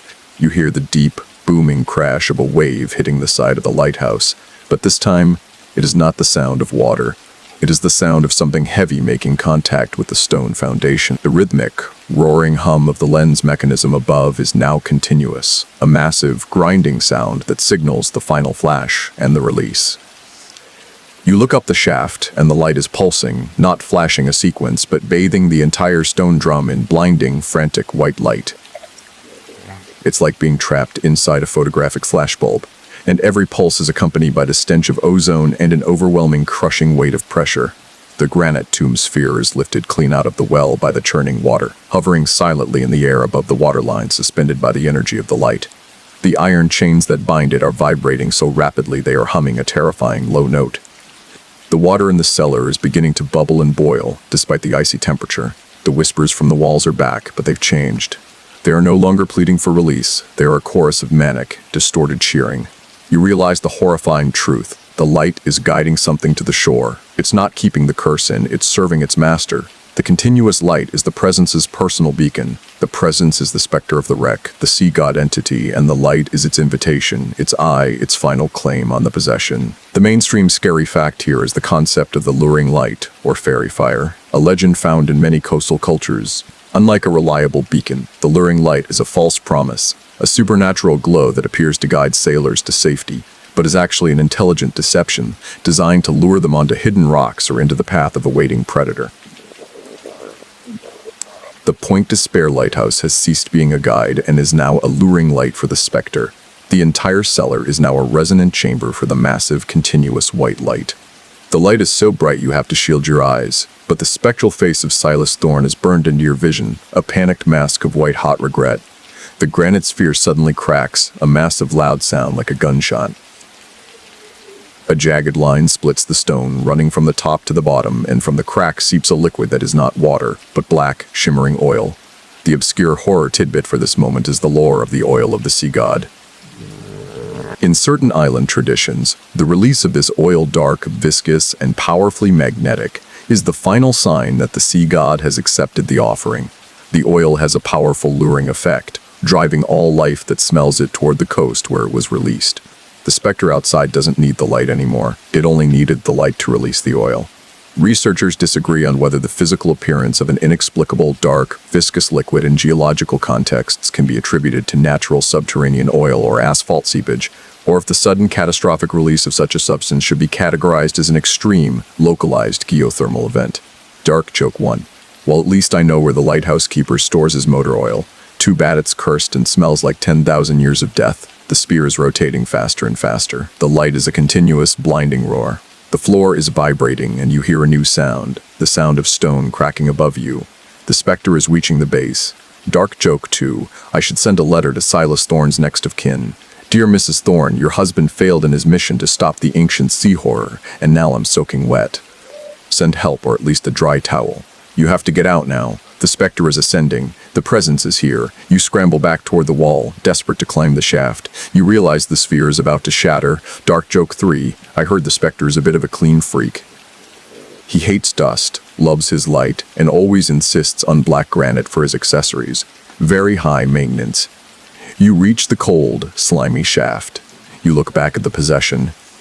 The black oil coating the walls is now faintly, horribly phosphorescent, glowing with an internal green light. The specter is here. You start climbing. You scramble up the dark, slimy shaft, driven by the intense, choking smell of the glowing black oil. The stone walls are cold and slick, but the green phosphorescence of the oil lights your way. A sickly internal glow that illuminates every handhold and every chilling detail. You burst out of the hatch and into the keeper's quarters. The silence is profound again, broken only by your gasping breaths. The continuous hum is gone. The final flash is over. The power source has been depleted, the precision destroyed. The specter has its oil, its ultimate lure. The entire keeper's room is filled with a faint green miasma. You grab the journal and the iron key. The key is now ice cold and dull. You don't look at the lantern room. You don't need to. You know it's there. You flee down the spiral stairs, taking them 3 at a time, the iron steps groaning under your panic. You are in a race against the dawn, and against the immense patient thing that is now standing in the stone heart of the tower. You crash through the massive oak door at the base of the lighthouse, stumbling out onto the shingle beach. The sea air hits you, sharp and clean, but you still smell the decaying brine.